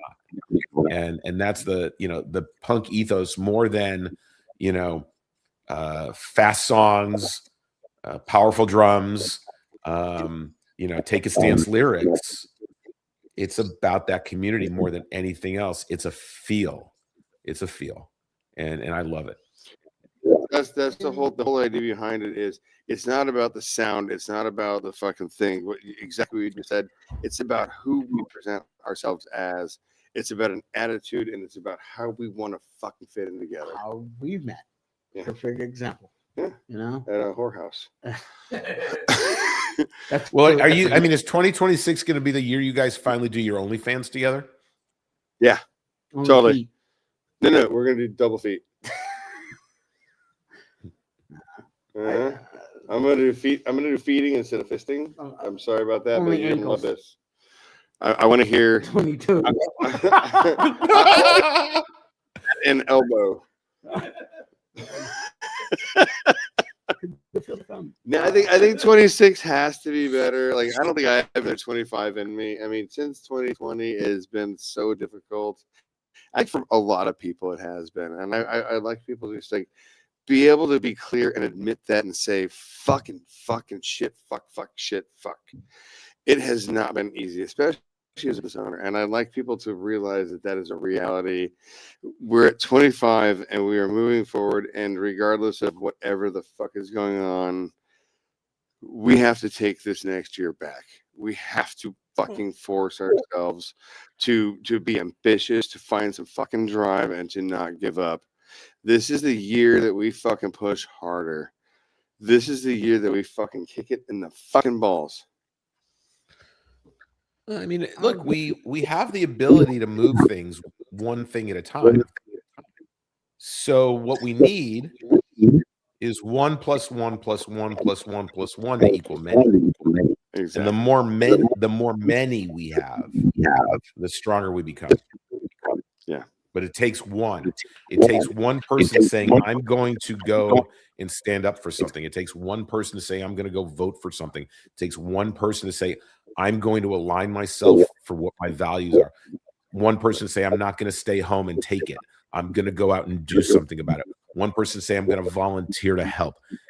But all those ones add up. You know what it takes? This is what it takes, dude. It takes for you to Poop like a champion. move like a champion. Well, I mean, beyond like, okay, you obviously. So beyond that, like, and I'm not talking about like administration stuff. I'm just talking about like humanity, being your best self, putting your fucking best foot fucking forward. And like, if you need to write it down, if you need to write a song about it, if you need to fucking do whatever it takes, you put your fucking best foot forward this year, and it's just one action. If everybody puts one action like that forward, we get to change fucking things. That's fucking what Joe Sturmer did teach us. I mean, It's all like additive. Scott, like you asked me earlier, dude. You know, dude, it is, and it should always be about what makes you as an individual fucking happy. If you're not happy at your fucking job, your relationship, your friends, Change it. your your family, then fucking start over and find that thing that makes you fucking happy. Well, I mean, I think not being happy inside, dude, you're never going to be happy. You're never going to find happiness. You're never going to find, like-minded people. Like, Me and him, we're miserable cunts. No, we know it. We know it. But once we're here, once we're around the people that we love, that's just true. we're going it's swimming. a choice. Guys, it's a choice. What I don't understand in life at this point, I'm only 23, so I've got a lot to learn, but why is it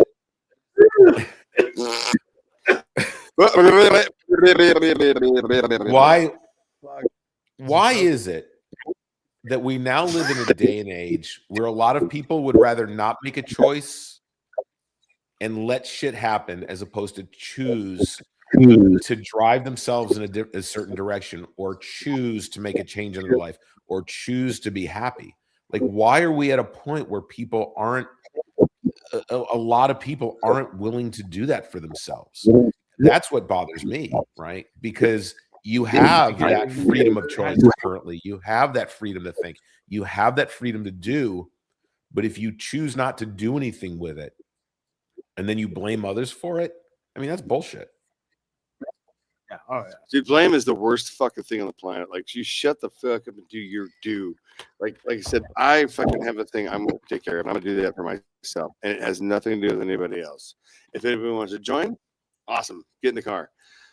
That's it. That is the most important thing in the whole world. It is impossible to teach that. All you can do is offer that. Yeah. And again, like I can't stress enough, it's the people that you're around. Do those people add to your happiness? If they fucking don't, then what the fuck are you doing? Like one of our dear friends, Eric, you know, when I first met him, said if you're the smartest man in the room, No, he said person no. He said if you're the smartest fish in the bowl, you need a new bowl. Yeah. But And it stuck with me. But what if somebody flushes and the bowl is going down? Well, that's the problem with the thing is which bowl are you in? yeah, I'm usually smoking a bowl. Yeah, but no, it actually he said it to me like 10 years ago, and it has never not stuck with me. It's one of the most important things I've heard. And that's what keeps me coming back every Monday because it's because I'm sexy as in the room. Fuck. When I get here, I'm the best looking, Oh my the God. most talented. I can't wait to roofie this motherfucker. So I'm talking like this because you roofied me already. Nope. So Scott, I got two questions for you. Number one, what was your first tattoo? My first tattoo. Do you have any tattoos? I don't have any. Are you that Jewish? I thought you had madness on your belly button. No. I just have scar. I just have a scar above and to the right and left of my belly button. It's not a tattoo. No, you know, regardless. They said save Ferris, but they would save Scotty. Oh, You know, here's the thing. I've thought about it, and I just don't have. I've never stuck with a one thing long enough as a statement to put it on my body, right? Like other than if found, return to sender. I don't know what the hell I'd put on my body. I mean, I don't have. I'm my connection with art and body art, but art in general is rather fluid, and I will change the art on the wall, right? But once you have a tattoo, it's you're kind of stuck with it unless you get it lasered off. So I've given it thought, but I've just not come up with a statement that I want to have, on my face or my body. There's one. Objects and mirrors are bigger than they appear. That, you know what? I'll put that below my belly button. Shereen told me it says, "Come on." Yeah, no. I can tell you right now. No. But you never know. Look, if I'm with you two drunken delinquents up in Oakland, God knows what could happen. So Paul, what was your other question? You too. The other question is what do you have coming up for the new year? Obviously, All Fest is a thing. What do you have coming up for the new year with the Hang? I want to know what's going on. And when the fuck are we going? I'm glad you asked. We're gonna do a bunch of new things. Number one, without Punk Rock Bowling this year, we did get we got involved with Dollfest. So there's that. That's pretty big for us. I mean, we're gonna have between the middle of February, early February through March, we're gonna have a ton of episodes. But one of the things that's coming up, I'm super excited for. I was at a concert and I met a young man. His name is Andrew Pringle. And Andrew is going to start doing music reviews for us. So when Earshot Media sends me 5 releases every day, I'm going to have him start reviewing all those songs. We're going to put them up on YouTube, and then he's going to do music reviews on the website. And I think it's going to be a lot of fun. I really think. And by the way, Mike, if you're watching, yes. Gizz introducing me to you. I really appreciate it. You are great, and we love having your talent on the show. We really do. But so Andrew's going to be doing that, and I think it's going to be a lot of fun because we did 78 episodes this year. Wow. We did 78 episodes, and we did about 14 of them for Punk Rock Bowling, and it's hard to constantly be creating content. So Andrew is going to be creating these 1 to 2 minute shorts that are music reviews, and I'm really excited about it. I'm excited to have him on board. So that's going to be really cool. Another thing we're doing, which I think is going to be a lot of fun, is that if you view our episodes, you're going to start to be able to win merch packs from our guests. So if you comment below in the, you comment, you ask a question, the artist that we have on is going to pick someone at random, and that person's going to get some merch from that artist. And I think that's going to be a lot of fun. I think it's going to really be great to help people, whether it's records, vinyl, a CD, shirt, or whatever. I think that's going to be a lot of fun to do this year. So I'm looking forward to that. I will tell you, ladies, if you're watching, I want nothing else. The one thing I can accomplish in 2026, I want Bad Cop on the podcast. I think they are incredible. I worship them from afar.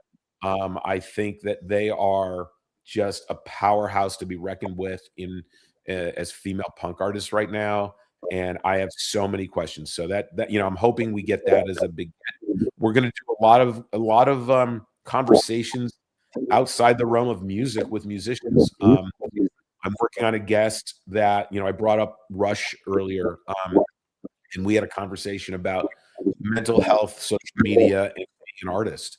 And I think that that's important ongoing conversation, so that if you're an up and coming artist, if you're becoming an artist, you have some people to learn from who have come before you, whether it be your emotional health or your physical health in your art is so important. So I think we're gonna expand on some of those conversations this year as well. So I think it's gonna be an exciting year for us. And me, I don't say no very well. So we did 78 episodes last year. God knows what I'm gonna do this year.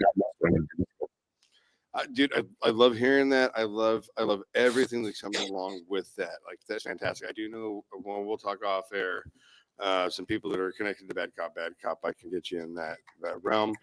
I love the mental health thing. It just kind of sprang itself on us. It wasn't like an intended, but it happened in Atlanta, and it is actually very beautiful to be okay with it, to be in that realm. This has been a very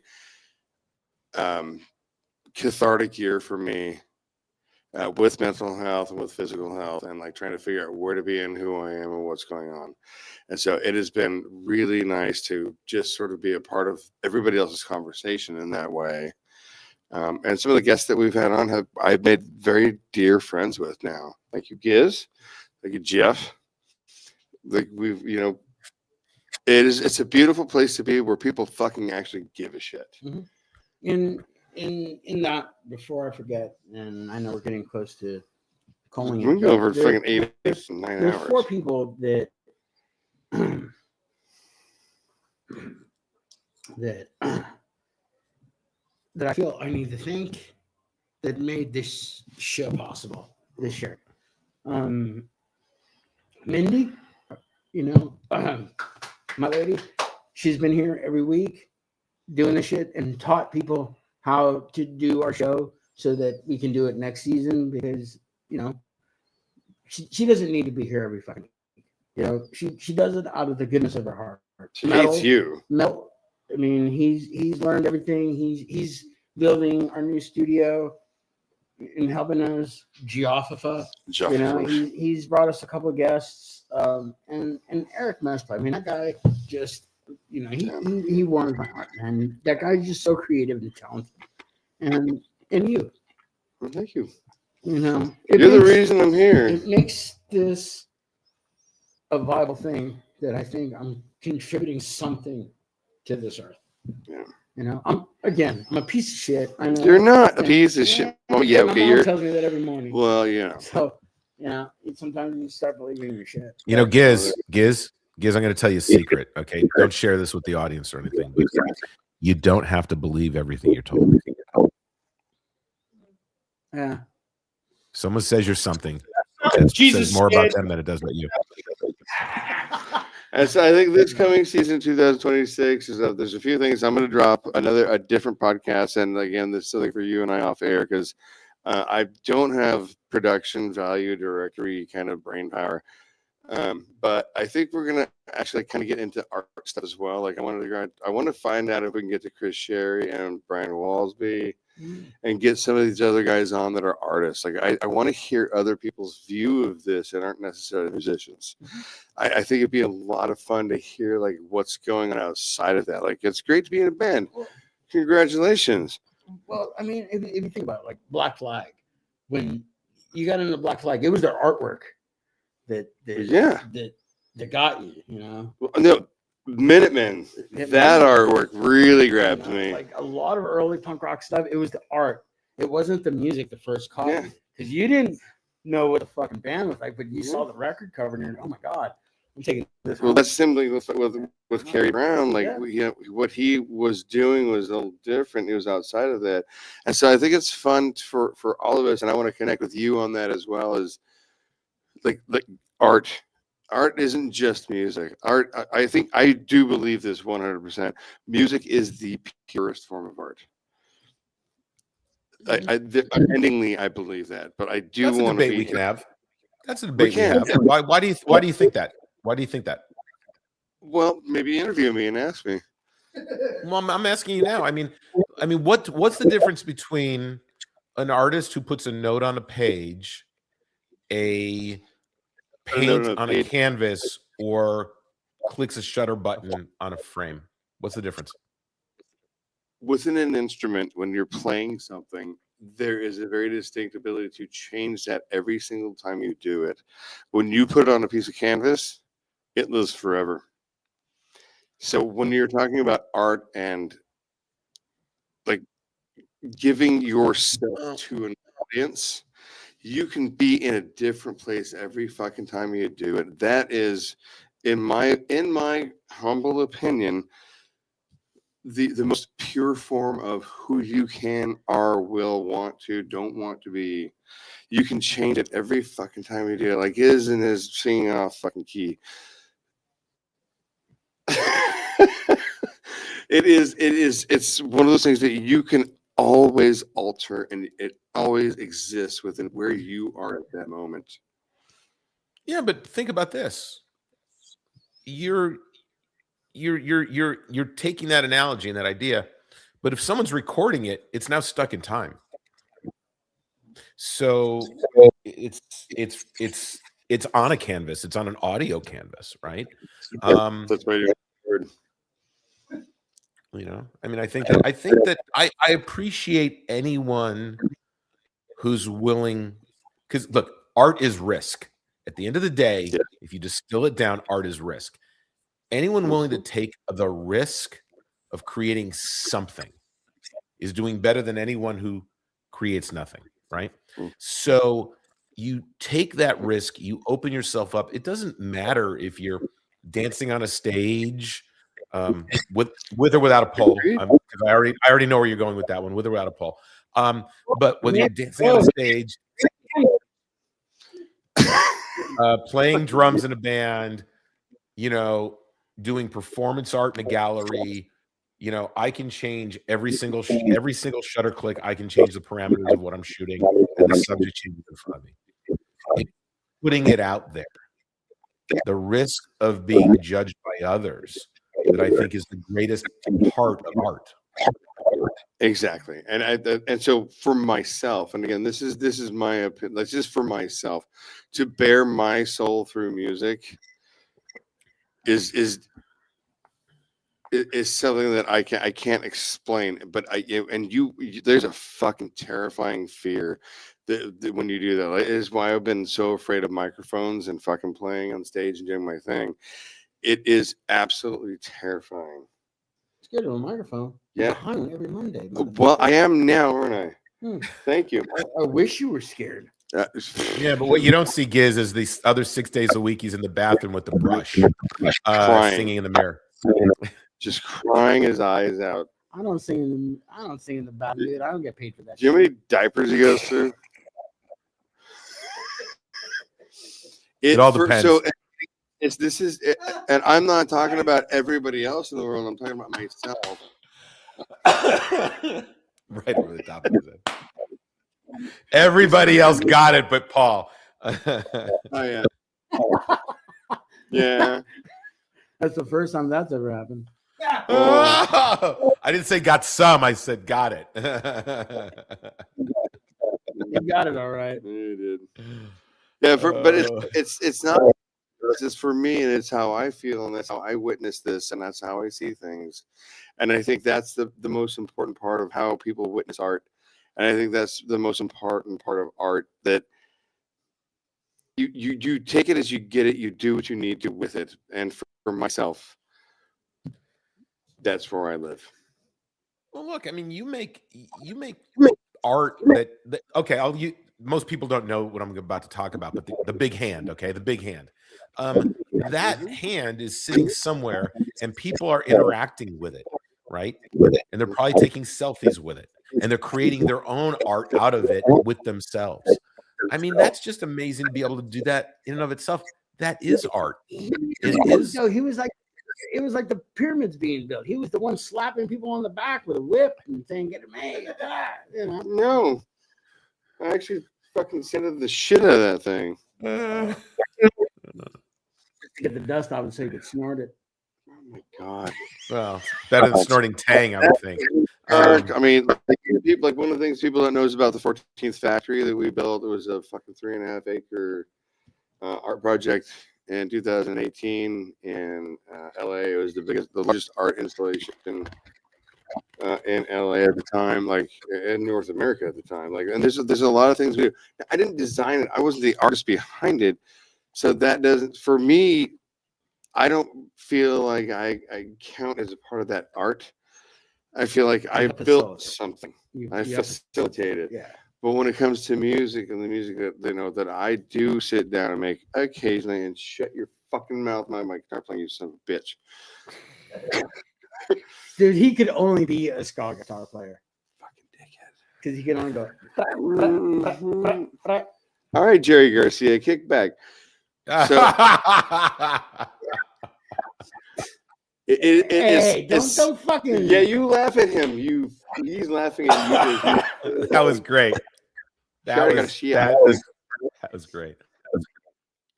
It's something that it affects me profoundly. Ooh, he muted himself. No, he didn't.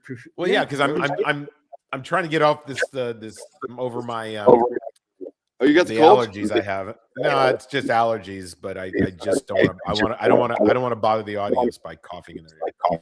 I didn't get allergies until I was in my mid 40s. No, I've had it since I was a kid. Yeah. So sucks. So sucks. Yeah, it was my mid 40s when I first developed allergies. I'm like, what the fuck? It's weird. I hate it. I'm not a fan. It's been a rough week. I recorded 6 podcast episodes sounding like a frog who had eaten a box of nails and some sandpaper. All right. I did 6 podcasts this week. Yeah. Like I felt like I'd smoking 6 packs a day. It's awful. He still hasn't interviewed me yet. Yeah. So I mean, nobody has. When is your new podcast going to be ready to go? I'm working on that. And actually, when I do get to the place where I want to do it, I will drop it. But I want to send you the raw footage first. And again, Raw footage. I'm not editing for you. No, I don't want you to edit anything. I just want you to, like, I don't know what that looks like direction-wise. Metal's here to help. It's weird because it's going to be way too much information. I got to break it down.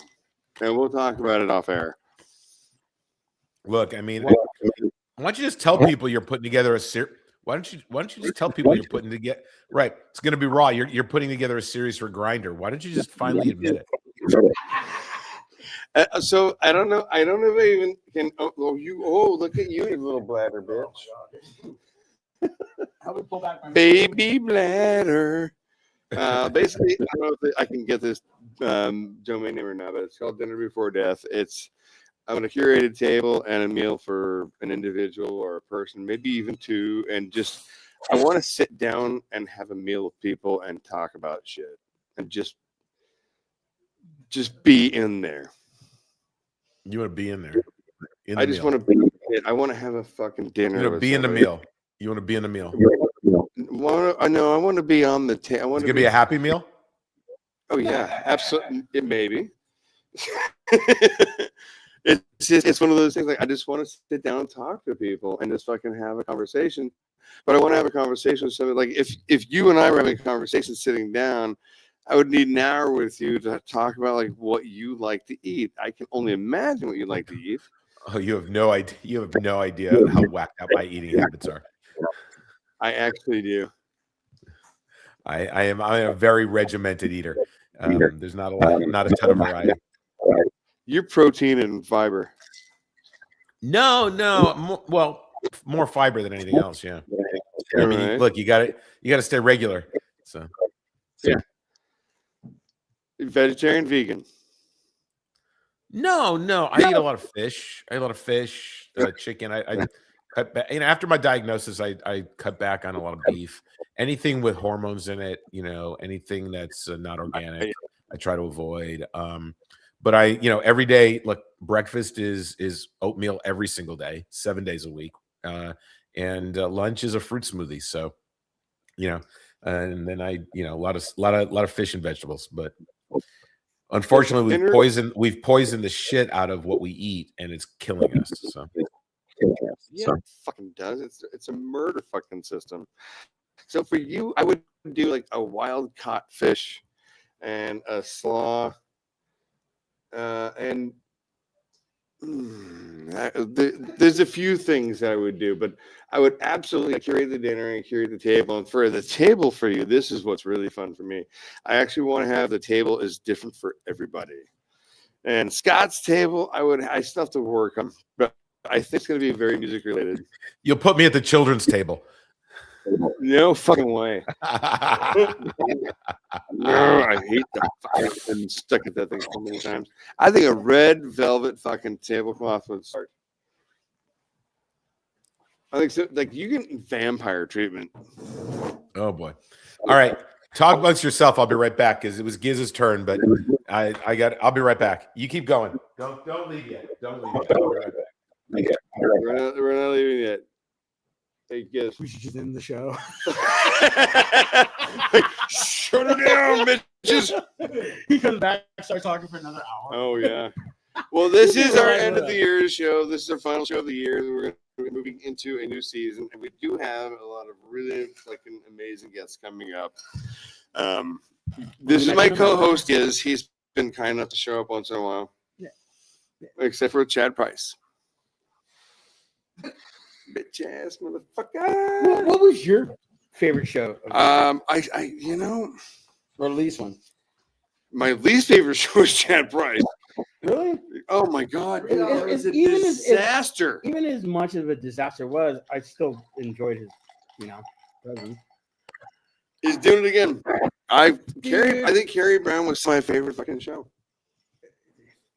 Dude, his catheter is full. He doesn't have a. Why are you? No. That was the shortest interview of the year. Artie was a disappointment. Actually, Artie was kind of funny because now I call him Artie. I don't know what.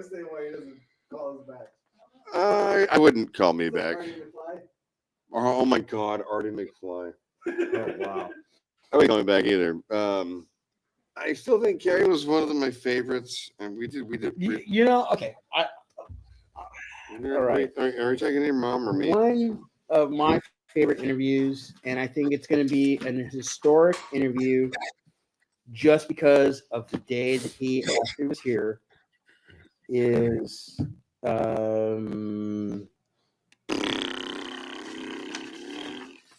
October 27th. Todd Trout. Oh, GD, fucking amazing. Game Page and Sleep Pop and Guitars. He was here. We finished that interview, hour 15 minutes, and we finished it. We go outside and into our. He was here for fucking 3 hours after because we watched that 18-inning World Series. Yeah, that was that night. Didn't leave. And it was historical. Yeah, it was awesome. The 13th inning, we ran out of booze. I think we ran out of drugs. We didn't have any drugs. Those don't exist. We don't do drugs because we're fucking. I do drugs, and I'm proud. Well, you're. Tylenol, Viagra. I actually really enjoyed Orange Grove Massacre because they were fucking kids. That was our first interview of the year. They were. We know Gizz loves his good. We know kids love kids. I mean, Gizz God, and kids is it's like, swear you know, to it's God, like two peas in a pod. Because you, Did you see the Orange Grove Massacre? the very first interview of our year. No. It was Orange Grove Massacre was really cool. It's about kids in a punk band. A bunch of kids. It's only one kid. No, it's two. No. Yeah. Well, for No. Gizz, he's a little young. He was only 10. I mean, typically One child. Gizz goes for 14-year-olds.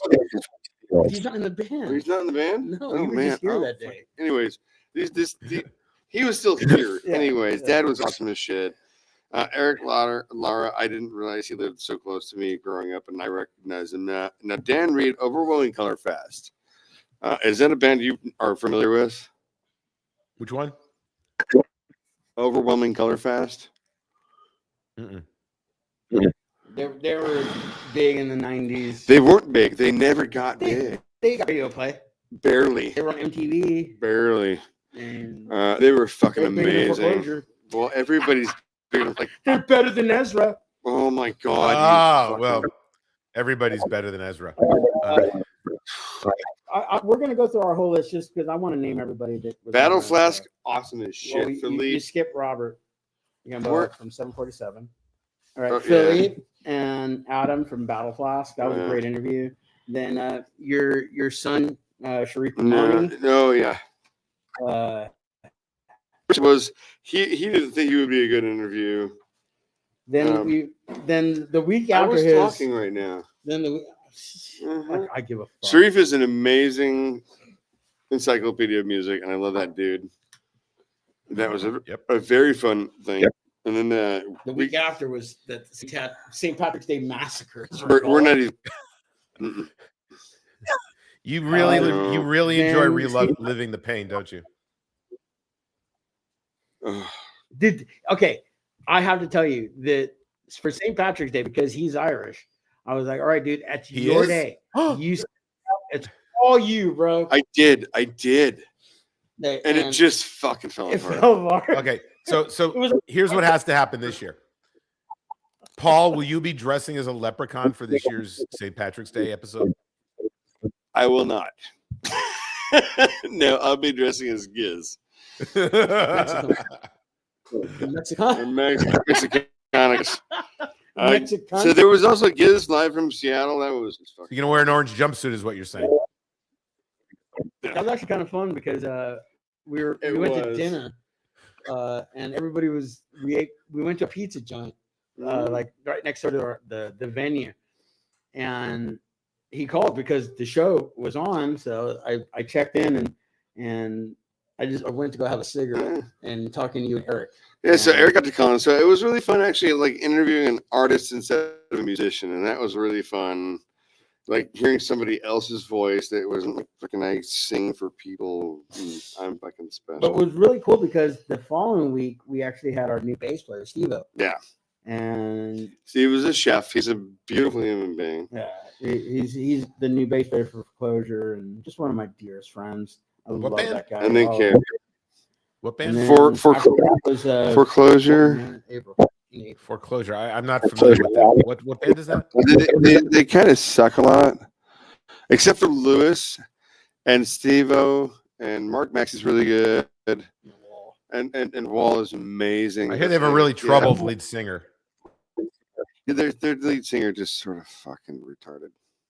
And then the following week was we had Greg Schroeder, who is Jeff Edwards, who's my old drummer from Dead Lazlo's place, his best friend. So that was our first memorial show. Right. Well, we should go back to Well, then we get a June. We get a June. that right after that. But while I was going on that tour is when Joey passed away. And God, that was fucking so then, all right, after the Greg Schroeder show was Dirty Paul Sanchez, who's part of the Zeros and a bunch of other bands. he's just skipping around like a fucking weirdo. But amazing guitar player, rock and roll punk Fuck rock yeah, guitar dude. player. Carrie. Again, I recorded a record with him and Steve-O that I don't want to talk about. And then after that was Carrie Brown, Hey, bro. which is one of our favorite I got a would question. say- I got a question. I got a question. I Yeah. got a question. I got a question. Is 2026 going to be the year of Buford? Oh my God. You know what? I'm out.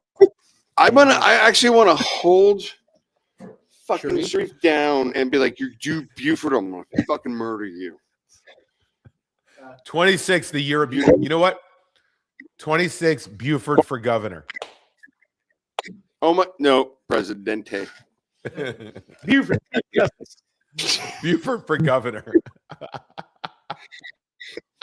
So then our first May episode was the Joe. He just keeps going on like nothing's been said. It's just like just He's really special. selective hearing at this point. Yeah. You realize if he had a helmet, it needs a chin strap, right?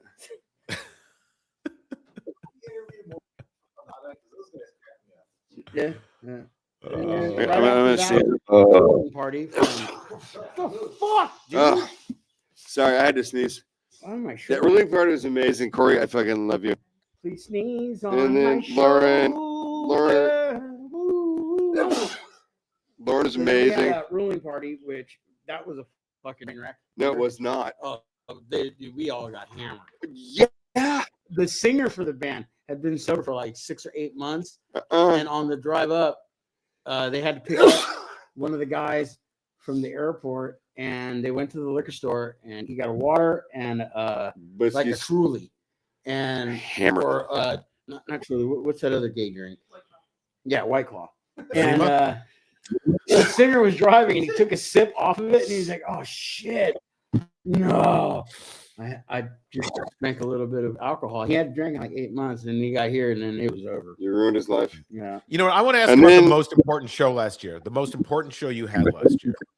Okay. June I want- 2nd. I have- No. I mean, that was an incredible show. Let's just that one is an award winner, but the September 22nd show should have been the most important show of the year.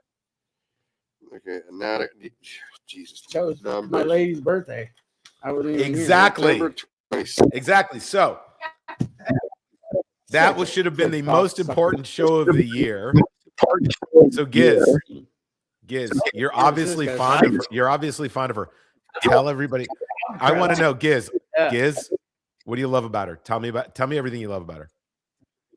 Oh, wait. I don't want to let him talk right now because she's the kindest. She's the only person in my life that I've ever been with who lets me be exactly who I am.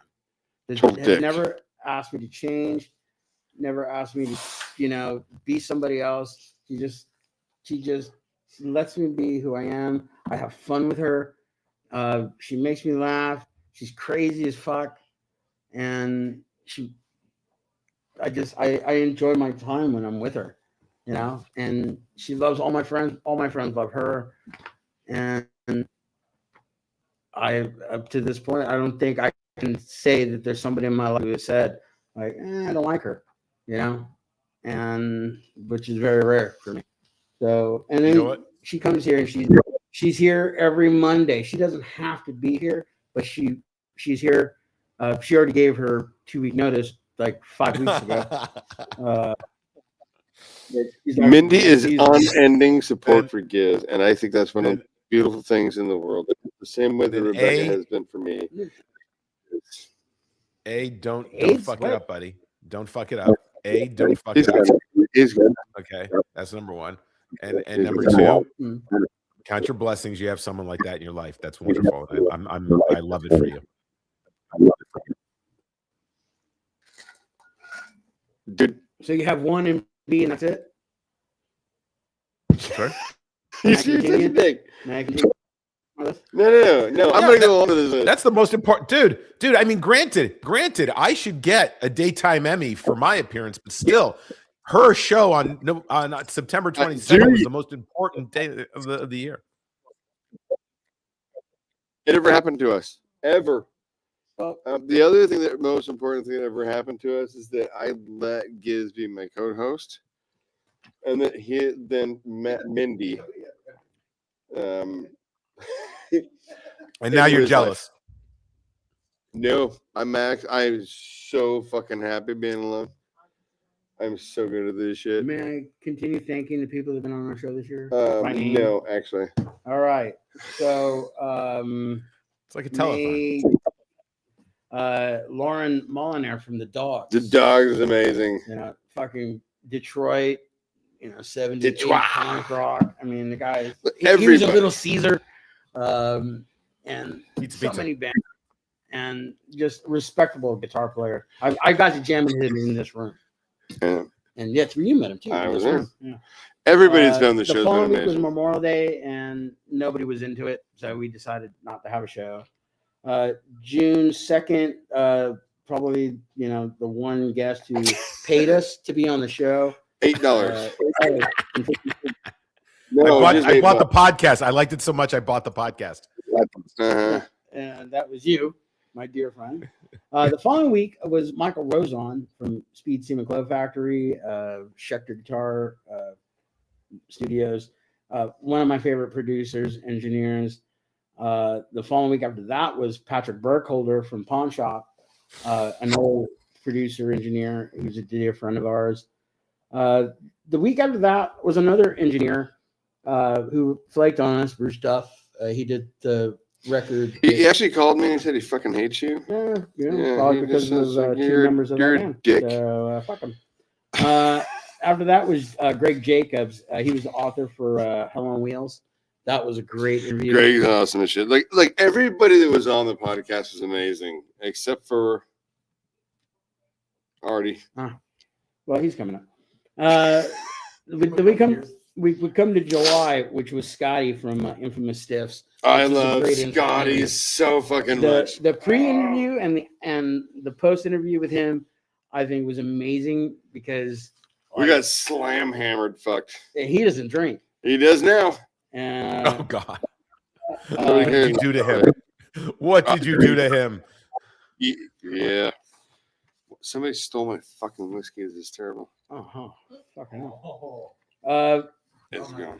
The 14th, I won't mention him by name. I personally am not a fan, but we did book him, but he flaked. 21st was Neil Bryan up in Portland from Normie. He's a drummer. He actually took, I believe he took my place when I quit Bad Samaritans. He became the drummer after me. But it's such a cool guy, great drummer. When we were on tour, Foreclosure, and we were up in Portland, I went to his house to spend the night with him, and we stayed awake all night. There was sex. And we were talking about drums. He's a fan of mine. It was I'm a mutual fan of his playing drums. And all night he was like, dude, this is what I do, to warm up, and this is what I do to keep my chops up. And I was like, I don't give a fuck. That does not interest me. That's not me as a drummer. But it was a great night. Yeah, We drank one a of you. lot. And Steve Porter from El Nada Great. was after that. That was Actually, a- El Nada is one of those bands I think has gotten not enough attention. They're so fucking good. August 4th, I think, was a very important interview for us because Greg Artifix, he was the founder of SSSR Records, and Artifix Records was the very first label that Lazlo's place was on, and released the very first song that he ever heard from us, and which I heard that we became friends through. Yeah. Had it not been for that song, I don't think we would have ever, We would have been friends no matter what, because you're a dick and I'm awesome. That following week was Samantha Von Bitter from Graveyard Bandits, which That was one I of was in his a band Joey with Joey shows. Ricci and her. Then Robug's great. the 18th of August with three of the sexiest men that are not from California. I'm right here. Rebel Punk, Yvonne, Steve-O from Foreclosure has a crush on all of them. I think my lady does too. Yeah, these guys are actually really fucking pretty. You should look up Rebel Punk. Like punk rock, but evidently she likes Rebel Punk. They're actually pretty. The following Pretty. week we were at and it's We the went to only- this show. The only show that we actually taped and was aired the next day was the Freeze. Yeah. Bill and Cliff. It was And a very hard interview because if you know Cliffhanger from the Freeze, Yeah, he Dude, just- Cliff, I hope you're doing Bill was all right, great, buddy. but Cliff, Cliff- I hope you're okay. Cliff got run over by a tank or something. I hope you're okay, Cliff. I think you're a fucking phenomenal human being. Bill, like, punch Cliff in the face for me. It's Boston. It's not LA. In September, we actually only had 2 interviews. Arturo from Bourbon Saints Yeah. and Jammin from TA80. Yeah. And then Arturo was fun. I had more fun on that interview than I thought I would. well, the thing about Are we Arturo, going through every single fucking one of these? Like, why are we doing this? because we have to thank everybody who was on the show this year. Well, Yeah. But Arturo, he was actually one of the reasons that we actually brought up. he looks broken. I think he's on pause. No, I think he threw up. Me? You. I'm here. I'm just listening. Not me. I'll throw up. I'm just listening. October, I'm paying attention. October was When you're done, I'm going through every one of my episodes for the year. I love that. and then the following week on the 13th was the El Nada singer guitar player Pat Hernandez. He was great. The 20th, TD. no, 20th was you just said playing dead. 20th. You just said you said playing dead. Yeah, playing dead. Dave, I think, is the only guy that has matches drink for drink on our show. Well, nobody ever messed with me. Yes, No, he didn't. He didn't wake up the way I did. No, he did. The following week was definitely, I think, one of my favorite shows because it's going to be historic, and I will always remember it was the World Series interview with Todd.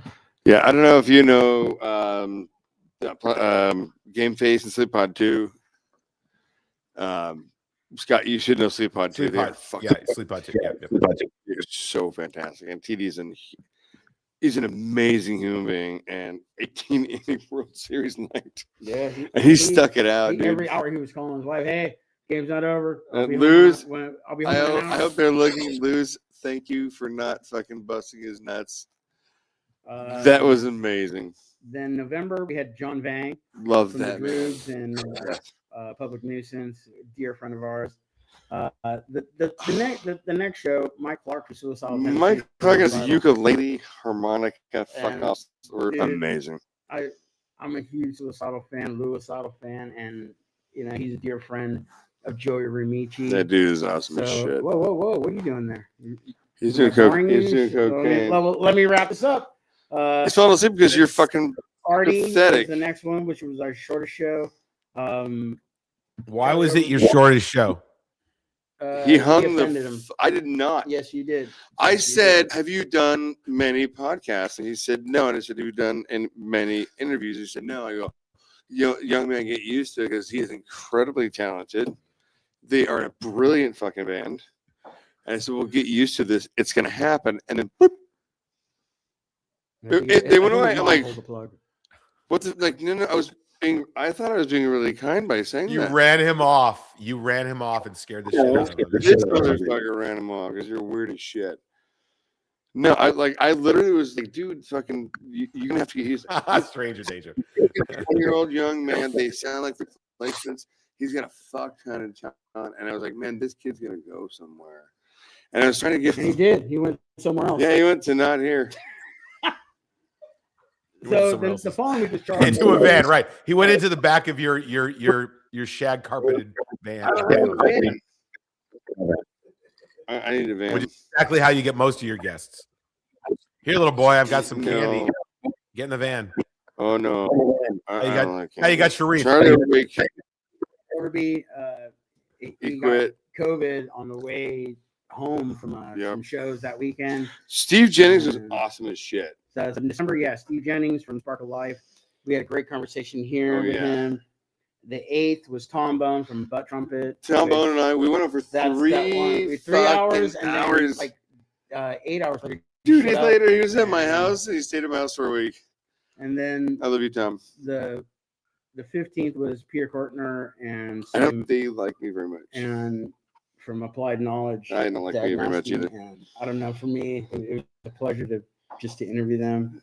Our last interview last week was Jade Northington. Nothing. From Northington, Nothington. whatever. And Nothing kind of a dick. And I don't know. It's And been you a know what, pleasure. tonight? It's been a pleasure. Tonight we have fucking Scott on. Who? Exactly. This has been an absolute pleasure, Scott. Like, I fucking love this. I can't wait for you to come out. I love the idea of road tripping to Oakland for the Doll Fest. When does that think start? we're going to try and do that.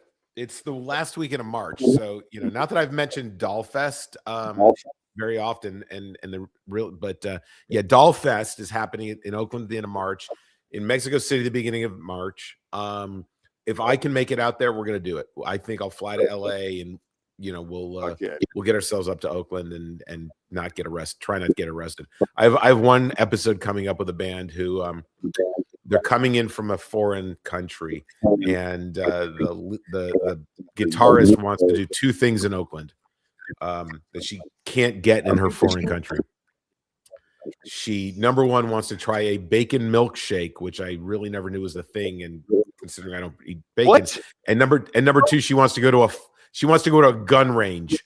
And I'm like, I really don't think that that's prudent to mention on a podcast coming from another country, considering all things considered. I'm in gun ranges. I'm a felon. I can't even do that, but we're going to make it happen. I thought you were just a juvenile delinquent. That too. All right. But no, we're gonna make. I'm gonna hit a couple things before we go though, because I am very fortunate to have the hang to bring people's stories around, and it was a crazy idea a couple of years ago that I gave to Halsey, and we've had some amazing episodes. I will tell you, 78 episodes in a year is a lot, especially considering that I don't do them live like you guys. I tape them and edit them. We really went above and beyond, my entire crew, for Punk Rock Bowling. I'm sadder than sad that it's not happening in 2026. You pray to whoever you pray for, whether it's a god or a tree or whatever, or Harry Potter, that they bring it back, because Punk Rock Bowling is something we all need for our souls. I was very. I'm sorry. You need to come to LA for that weekend, because Doctor Strange is having a festival that weekend. And one at a time. We'll start with Oakland. I want to say in 2025, I mean, the Baboon Show interview, I mean, having that opportunity and then them not showing up was just, it was heartbreaking. The Clit 45 and Beyond Dawn, and then just the death of Spider-Man was massive. Our whole entire June was Canada month, believe it or not. We have an amazing PR agency up in Canada that sends us incredible artists.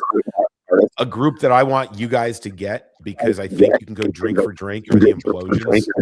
They are a garage band out of Las Vegas, and they're absolutely goddamn incredible. And they will do the entire episode drinking, and they will drink your ass under the table. Trust me. During the course of the year, I'm fortunate to have a great conversation with Simon Hansen, who plays drums in the band Squeeze, who has, during COVID became quite the video producer. Chris Holt, who he goes from playing a show in a studio here in Dallas to stepping on stage in the Sphere with the Eagles. He's an incredible guitarist and an amazing human being. Sharif Dumani, we had him on twice. I will talk technology and records with Sharif every day of the week. He has an amazing knowledge, and I'm so fortunate you introduced me. And then we had Billy from Biohazard on, which I know is a little harder than what you guys usually go for, but Billy is an incredible human being, and he's done so many amazing things in the world. And what he's done with Ghost Tequila is tremendous. So it was a great 2025 for us, and I can't wait for 26. I think it's going to be amazing for you guys. I think it's going to be amazing for us. I haven't even told you about an idea that I have that we may be able to work together on yet. We're going to do that off camera, but you got, where the fuck did Paul go? I'm up on a soapbox and he's fucking jerking off somewhere. Paul, get your fucking ass back to this table so I can tell you how much I love you guys, you gay fuckers. Come on, Paul. He's in the glory hole. It's gonna take He's touching himself in the dark. He's touching himself. Stop jerking off. You can come later. Gizz doesn't want you to come yet anyway.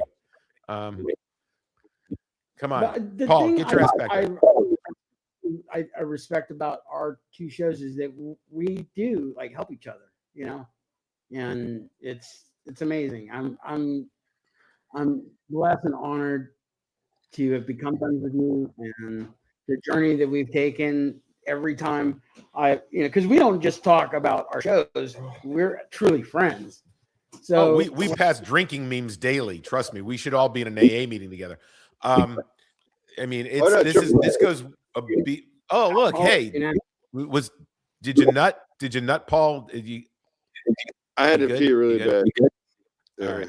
So look, here's the deal. I think for us as friends, I think for us as podcast hosts, I think for people who create things, I think 2026 is going to be amazing.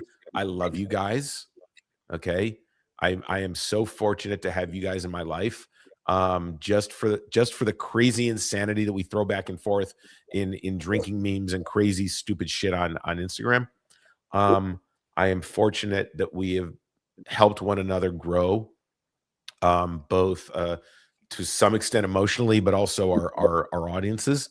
I have so many people I want to send your way so that you guys get guests next year that are not people that Gizz knows, so that you guys can stretch the noodle a little bit. That's not what I just said, Paul, was not what you're thinking when I said stretch the noodle. But you know, I want to well, you never know.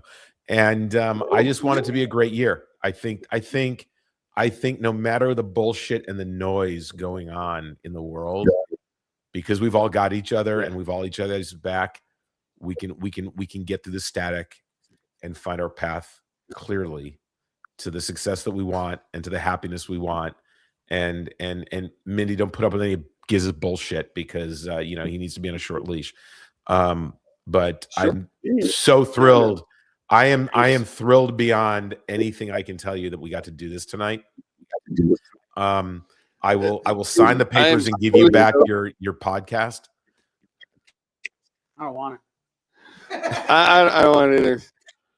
You know what you should do? Keep it. Now I bought a dog. I'm three-legged dog with fucking Down syndrome. I will tell my ex-wife I said hello. I'm super stoked you're here. I love the conversation you and I have, and I love that you care enough to basically give. What's the word? Like you care enough to give something to it, and you care enough to like have the conversation with us. It means a lot to Guy. Thank you. And like you said earlier, dude, and we've said it to you many times, privately and on air. Gizz asshole. That we admire you because you take chances on interviewing people. You don't know what the fuck's going on. Those interviews could go fucking south, but they don't. You're a great interviewer. You fucking make people feel comfortable to talk to. So he's like me, and not you. Poop like a champion. But like seriously, dude, I have nothing but admiration for you, and nothing, you know, you're in my thoughts and blessings and prayers, dude. I love you. You are a true brother to us. Your podcast is our sister podcast. I mean, podcast, like, well, he's our baby brother. You have no idea. You know, you have no idea how great it is if on a Monday night I just happen to, you know, turn on YouTube and then, you know, flip it on. You guys are talking. The next thing you know, you mention me, you mention that thing and what we're doing here. So I really appreciate that. And you know, I think there's great stuff going, you know, in the future for all of us. I think that too, and again, like, you know, you promote us as well. Like Gizz is saying, like, it feels fun. Like, there's a lot of Mondays I don't want to do this today. Really don't want to right now. Every Monday that ends in Y, the letter Y. I could be at the glory hole making money. Sucking a wiener.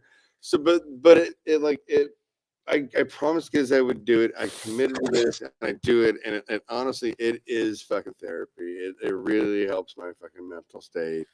I'm gonna go home and cry a lot because, dude, you know what? The best thing we can all do is talk to one another. The best thing we can do for one another is just to be talking. And these are cathartic, and they're great for the soul. Better than chicken soup. And I don't know what I'd do without it at this point. And I don't know what I'd do without you guys. I mean, we really, we're all fortunate to have each other. And that's the most important thing that we can take in every single day, except that Mindy's fortunate to have Gizz as long as he behaves. Dude, you fucked this up, I'm coming for you. You fucked this up, I'm coming for you. You understand that, brother? You fucked this up, I'm coming for you. So, no one's gonna let you down. Actually, right. Scott's in charge. Well, I own this thing now, so you guys got bus fare. Scott, would you do us a favor and take us off and hang out for a second? I think I can do that. I think if you guys want to go jerk each other off and kiss and make out in the corner, I can take this. Yeah. I want to talk to you after this part. Like, I want to see you us off. All right. Yeah, I'll stick around. I had nowhere to be before 10:30 tomorrow. So you should see. You should do like, subscribe. Blah, blah, blah, blah, blah, blah. Oh, he's gonna do all that shit. All right. Well, somebody I has was gonna to. do it one more time, but oh, please let me tell you something, bitches. Subscribe, like, tell your friends, tell your friends' friends. Do the right thing and support people. For Christ's sake, what does it take? Just support them. Hit the subscribe button. It's not really heavy lifting. You want to know that they're going to do a new episode every week. So please, everybody, support these guys. Support all of your artists. Support everybody who's willing to put it out there to give it a shot and try. Because if you're sitting at home not trying, give someone else some of that love. There you go. And if you're sitting at home not trying and you feel bad about it, fucking get to work, man. Find some drive, find some ambition. do something that makes you fucking happy. Just Nike the shit out of it. If you're gonna do something, do it so it makes you happy. Doesn't matter what other fucking people think. That just do it makes you fucking happy. And if you find yourself hating something or somebody because of what you think they are, ask them about it, become friends, talk about it, and just support each other. This isn't black and white bullshit, man. This is about, just getting to know someone, and seriously, all aspects of life. Support. If you go to the grocery store and there's someone there and they don't seem like they're having a good day, fucking try to make that person smile. Try to make that person laugh, dude. Only takes a minute. I like support hugs. That's it. In the words of Bob Barker, spay and neuter your pets. Yeah. Or your best friend. All right, Scott, stick around for a few minutes. I want to say hi after hours or something. And all right. From last time, 2025, I just want to say, you know what you should do? Probably not this. Thank you for supporting us all year. It means the world to Paul and I. This is Gizz Lazlo. I'm just Paul. And, Scott. Fuck off.